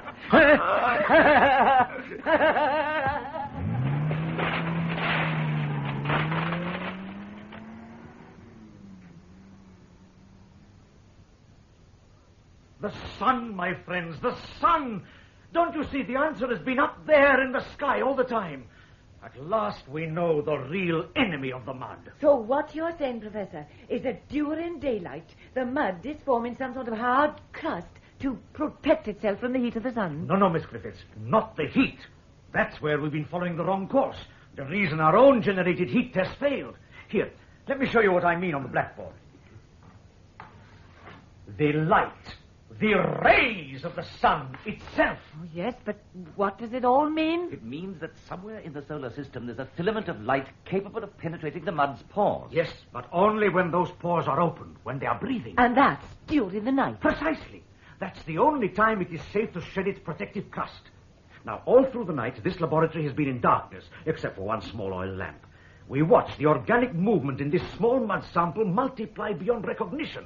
But immediately I came over to this window and raised the blinds, that organic life came to a halt in front of our very eyes. The sun, we should have realized before. So what you're suggesting, Joseph, is it's some kind of battle between the mud and the sun? Yes. But why? Well, throughout the history of mankind, there have always been people who prayed to the sun as a kind of god, the creator of heaven and earth. You only have to look at something like the Inca civilization, the worship of the sun god. The sun is the creator. But I don't see what this has got to do with the mud. Look, if we are to believe that the mud is a living thing, capable of generating its own influence on human life, then we must also believe that if the mud is to claim the earth for itself, it must first destroy everything on the earth created by the sun. Nature, my friends, has turned this into a psychological warfare. Dr. Richards, you've had a chance to see those people hiding down the sewers. What do you think the effects are likely to be? I don't think there's any doubt. The mud intends to absorb the human mind, take it into its confidence by means of hypnotic transference, and then eliminate it, I suppose. Do you mean to tell me that out of all the scientific knowledge man has acquired, he can't come up with anything to prevent this extermination? There is something, but it may not work. Oh, for heaven's sake, man, we've got to try. What is it? The mud is like a giant octopus. Its head, the nerve center, is somewhere beneath the surface of the earth. We must find a way to burn through the tentacles, the thousands of little brain cells that are causing this multiplication. Yes, but how? Strike at a time when it is unable to protect itself, when the pores are wide open. During the night. As soon as the sun sets. Yes, but what do we strike with? We can't build a sun in the middle of the night. We don't have to build a sun, Robert. Look at the diagram on the board again. Now tell me, which of the spectrums in the solar system would you say is the most likely to penetrate into the mud's pores? Couldn't be ultraviolet, especially if there were any cloud around. Anyway, it's not nearly deep enough. What about infrared? Yes, Doctor? Well, that's about the deepest ray there is. Now, if you could harness enough... Yes, but how? Well, there's a pretty strong infrared filament in xenon discharge lamps. They use them in most photographic or film studios. If you could get your hands on some of those... Oh, you need hundreds of the things to cover the entire town. No. We could take it in sections. If the first experiment works, we can repeat it. Miss Griffiths, what can you do for us? How many would you need, these lamps? Well, to start with, I should say 20. We could line the edge of Holly Mill Lane, but they must be installed by sunset this evening. Don't worry. You'll have them... I warn you, they're pretty powerful, these lamps. I should think they'll light up the whole sky. Yes, as long as that is all they do, Doctor, I shan't worry. What do you mean? I don't have to remind you what happened the last time we used generated heat. Even the most minute particle of mud expanded beyond all proportions. If this should happen again, the dangers will be greater than we dare imagine. You mean the whole thing may multiply? Quicker than ever before. There isn't just one. There are thousands of living organisms lying out there in that mud. This experiment may only succeed in increasing them. Increasing them? But you're a scientist. Don't you know? Miss Griffiths, I'm afraid I do not. Unfortunately, there are times when even a scientist just does not know.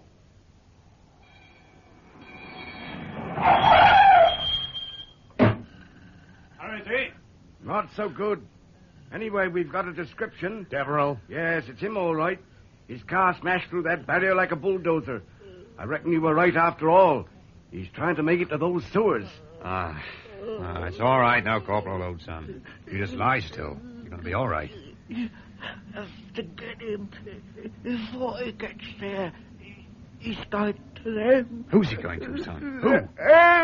He's going to them. Try and remember who it was.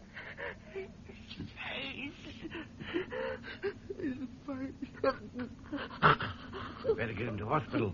He's lost quite a lot of blood. What was it he said about Deverill's face? Scratch marks all over.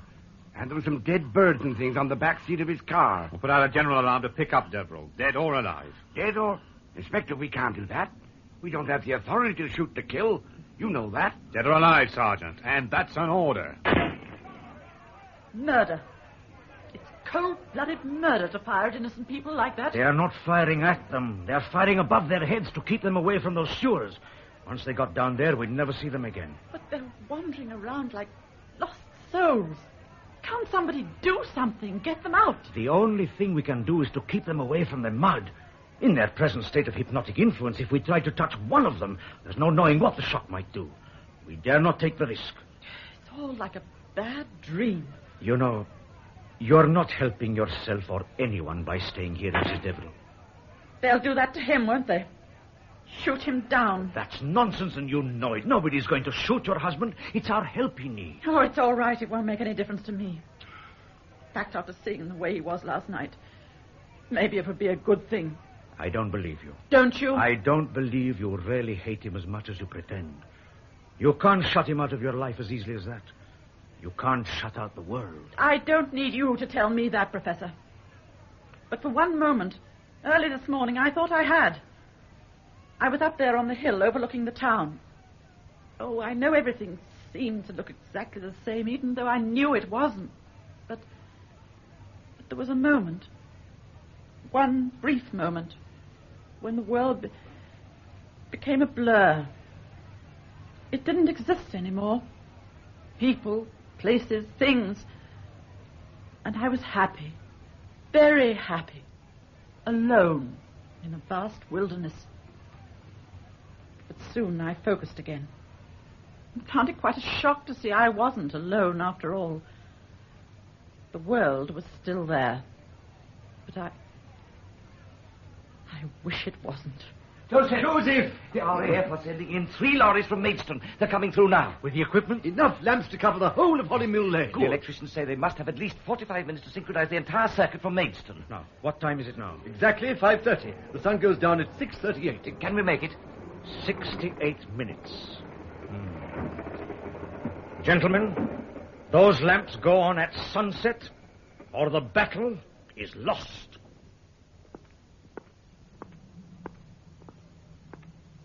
What's up, soldier? Noises.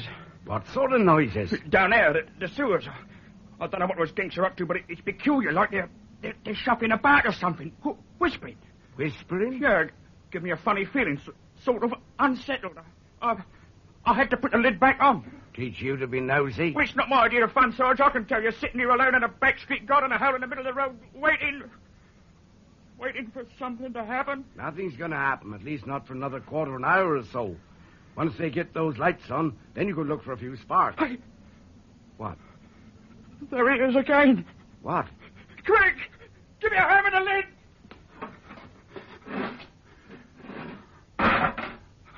Now, listen.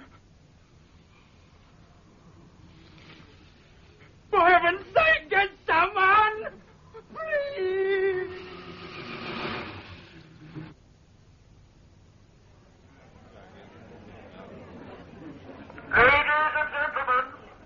Ladies and gentlemen, may I have your attention, please?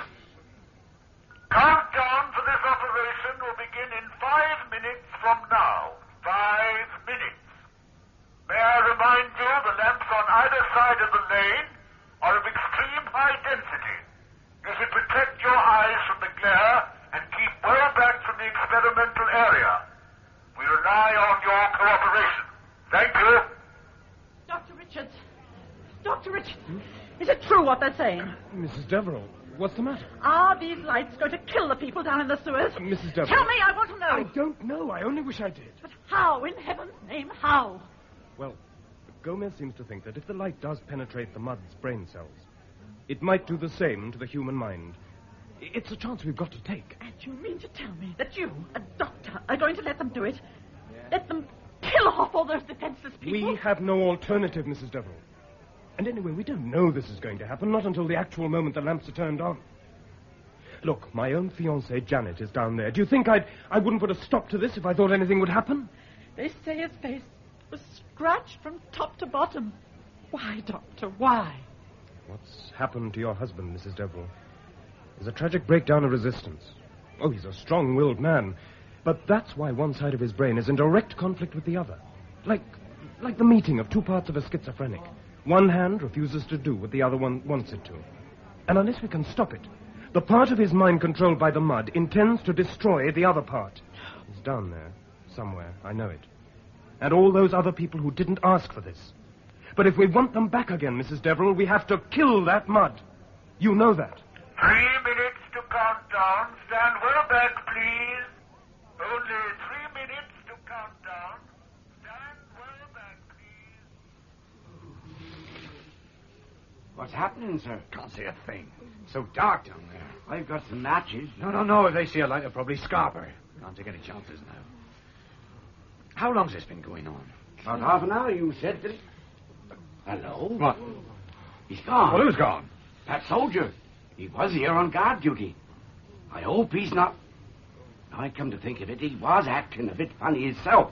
Any minute now, that sky's going to be lit up like a bomb. What the hell they know what they're doing? Reminds you of the Blitz, doesn't it? Shh. What is it? There's somebody there. Quick, line your stomach and don't say a word. They're coming out. Look at them. The whole lot, Inspector. We've got to do something. We've got to get hold of them. See where you are. Once they're out for good. Something's making them move out of there. But their faces. Look at their faces. Where are they going, Inspector? Where are they going? Joseph, there are small cracks appearing in the surface of the road in the main square. The engineers have just told me. So we were right, eh? The middle of the circle. All 5 sides are going to meet. But what does that mean? It means, Miss Griffiths, that if we miss our chance tonight, all 5 banks of mud are going to become one. By morning, the whole town will be swamped. It'll give way like matchwood. But will we have time to stop the other overflows? Once we know the infrared can reach the nerve center of its brain, the growth will stop. But if it continues to move, even with the flood of light on it, then look out. Joseph! Mrs. Deverill. Joseph, please, you've got to stop those lights. You've got to. And now, what is If he turns them on, every one of those people down in the sewers are going to die. Mrs. Deverill, you are hysterical. Please get out of the way. If you kill the mud, you kill all those poor people with it. Professor, is this true? Of course it's true. Go on, tell them. Tell them what a murderer you are. Professor Gomez, I didn't know about this. Perhaps we better postpone the whole thing. You're too late. Look, the sun's almost gone.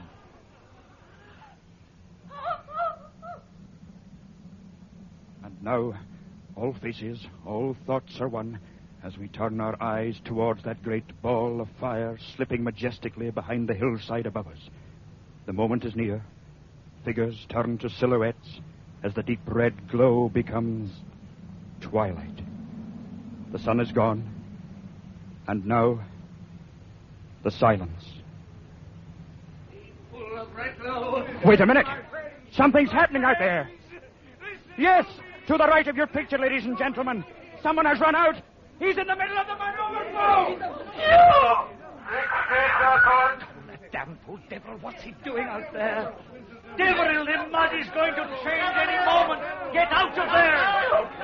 Don't come near me! Don't touch me! You won't be able to hurt me anymore! None of you! Mad. The poor devil's gone completely mad. Look at his face. Somebody get him out of there. Keep away from the mud. There's nothing we can do. 40 seconds. Don't let them down. Saint Joseph. Deverill, now listen to me. You are in great danger. The mud wants to kill you. No longer do we have to look to the sun. At last, we are being given the chance to destroy the evil created by man. A chance to destroy the evil that is in us, in you and me, and all of us who have allowed this corruption. Deverill, you've got to believe me. The mud is evil. The only thing it wants is your destruction. Somebody do something. We can't leave him out there to die. Can't go out there. It's too dangerous. The mud's not moving yet. Perhaps it's not going to. We can't take the chance. If we don't get those lamps on the moment the mud pours open, they'll close up immediately like an oyster. 20 seconds. Maggie, don't let them do it. Please don't let There's them do nothing it. we can do. What's he doing now? He's turned to the crowd. Man was never given the earth. He took it for himself.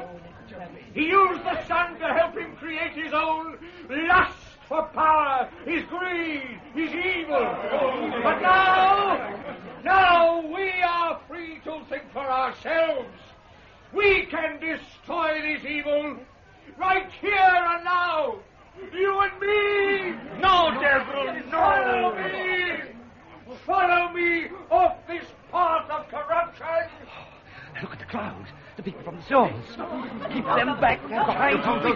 The mud. Keep those people away. The mud's beginning to move. Keep back. Keep back. 3, 2,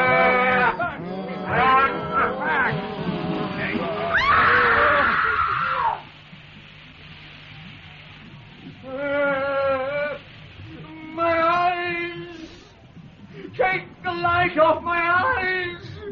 I can't see. No, Mrs. Deverill. There's nothing you can do. Let me go. Please let me go. The mud's giving way. He's going to be pulled under. Please, somebody do something. Somebody do something.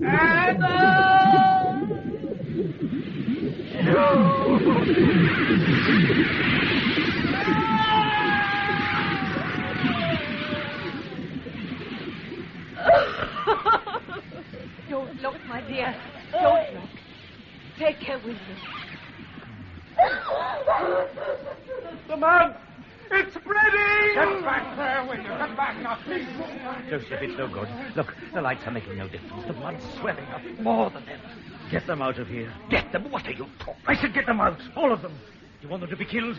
Can't you see the organisms are increasing? Joseph, the mud's already over the marker line. Do we move back the lamps? No. But they might explode. Keep them where they are. We'll keep the power running as long as we can. Get a party of men down here. For the time being, we can divert the flow. It's happening, isn't it? The light really is multiplying the mud's organisms. Unless we can block the flow, there's no doubt that within 2 or 3 hours they're going to meet right in the center of the town. And for heaven's sake, why doesn't somebody turn off those lamps? No! Joseph, look! Something's happening! What's that red glow the other end? Don't you see? It's burning. The whole lot's catching fire all the way along. Look! Look at the marker line. The mud's shriveling out. Oh, it's horrible. Horrible. It's not horrible. It's not horrible, Miss Griffith. It's wonderful. The most wonderful thing I've ever seen.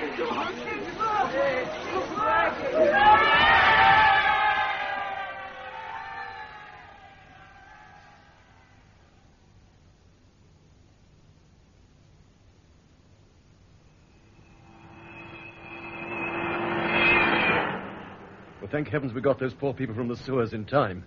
If those people in the crowd hadn't stopped them, we were lucky, that's all. Oh, do you think so, sir? What do you mean, Inspector? Well, I was just looking round, that's all. Somehow I don't feel very lucky. It's funny, isn't it? When you think what difference a few days can make to your life. Oh, I've no doubt once they've got rid of the rest of the mud, they'll soon put this town together again. But I'll never feel the same when I walk through those streets again. I must say I'm looking forward to hearing those birds sing again. Yes, and I intend to be a sun worshipper for the rest of my life. Well, Doctor, how's Miss Marshall? I sent her back to hospital.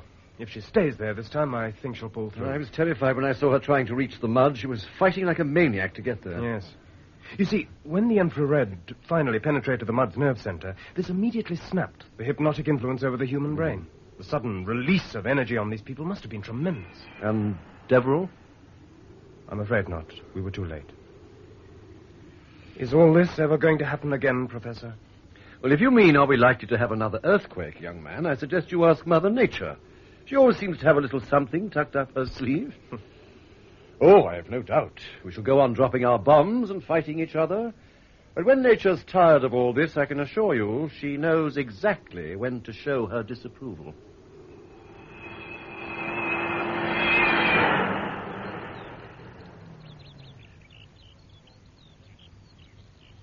You are going home, Mrs. Deverill? Home? What home? I had hoped it would never be like this. I would have done anything to prevent it. That last moment, when he stumbled and fell. He looked so lost, so old, unreal. There was a moment when I thought he recognized me. I remember Hugh, when he had a warm sense of humor, he could laugh louder than anyone. I never wanted him to die. There was so much I wanted to say. We have nothing to say, Joseph. Not now. Not anymore. Goodbye. Goodbye, Anna. But Joseph, they've moved the lamps over the other side of the town. They'll have most of it clear by morning. Well, don't look so gloomy. We've won a battle, you know. Have we? Well, haven't we? I wonder. Maybe it's just the beginning. Oh, come off it, old boy. I've had quite enough for 1 week, thanks all the same. We have stopped the mud, haven't we? The mud. Yes, I think so. Well, then. Robert, my friend, we have won a battle, yes. We have managed this time to face something that man has always feared, the unknown. But for how long, I wonder? You remember what Deverill said about man's insatiable lust for domination? Maybe he was right. Maybe one day either we or nature are going to unleash something that we know nothing about, whether it is in the seas, in the atmosphere, or in the bowels of the earth. And the next time, what will we do? What will we do the next time?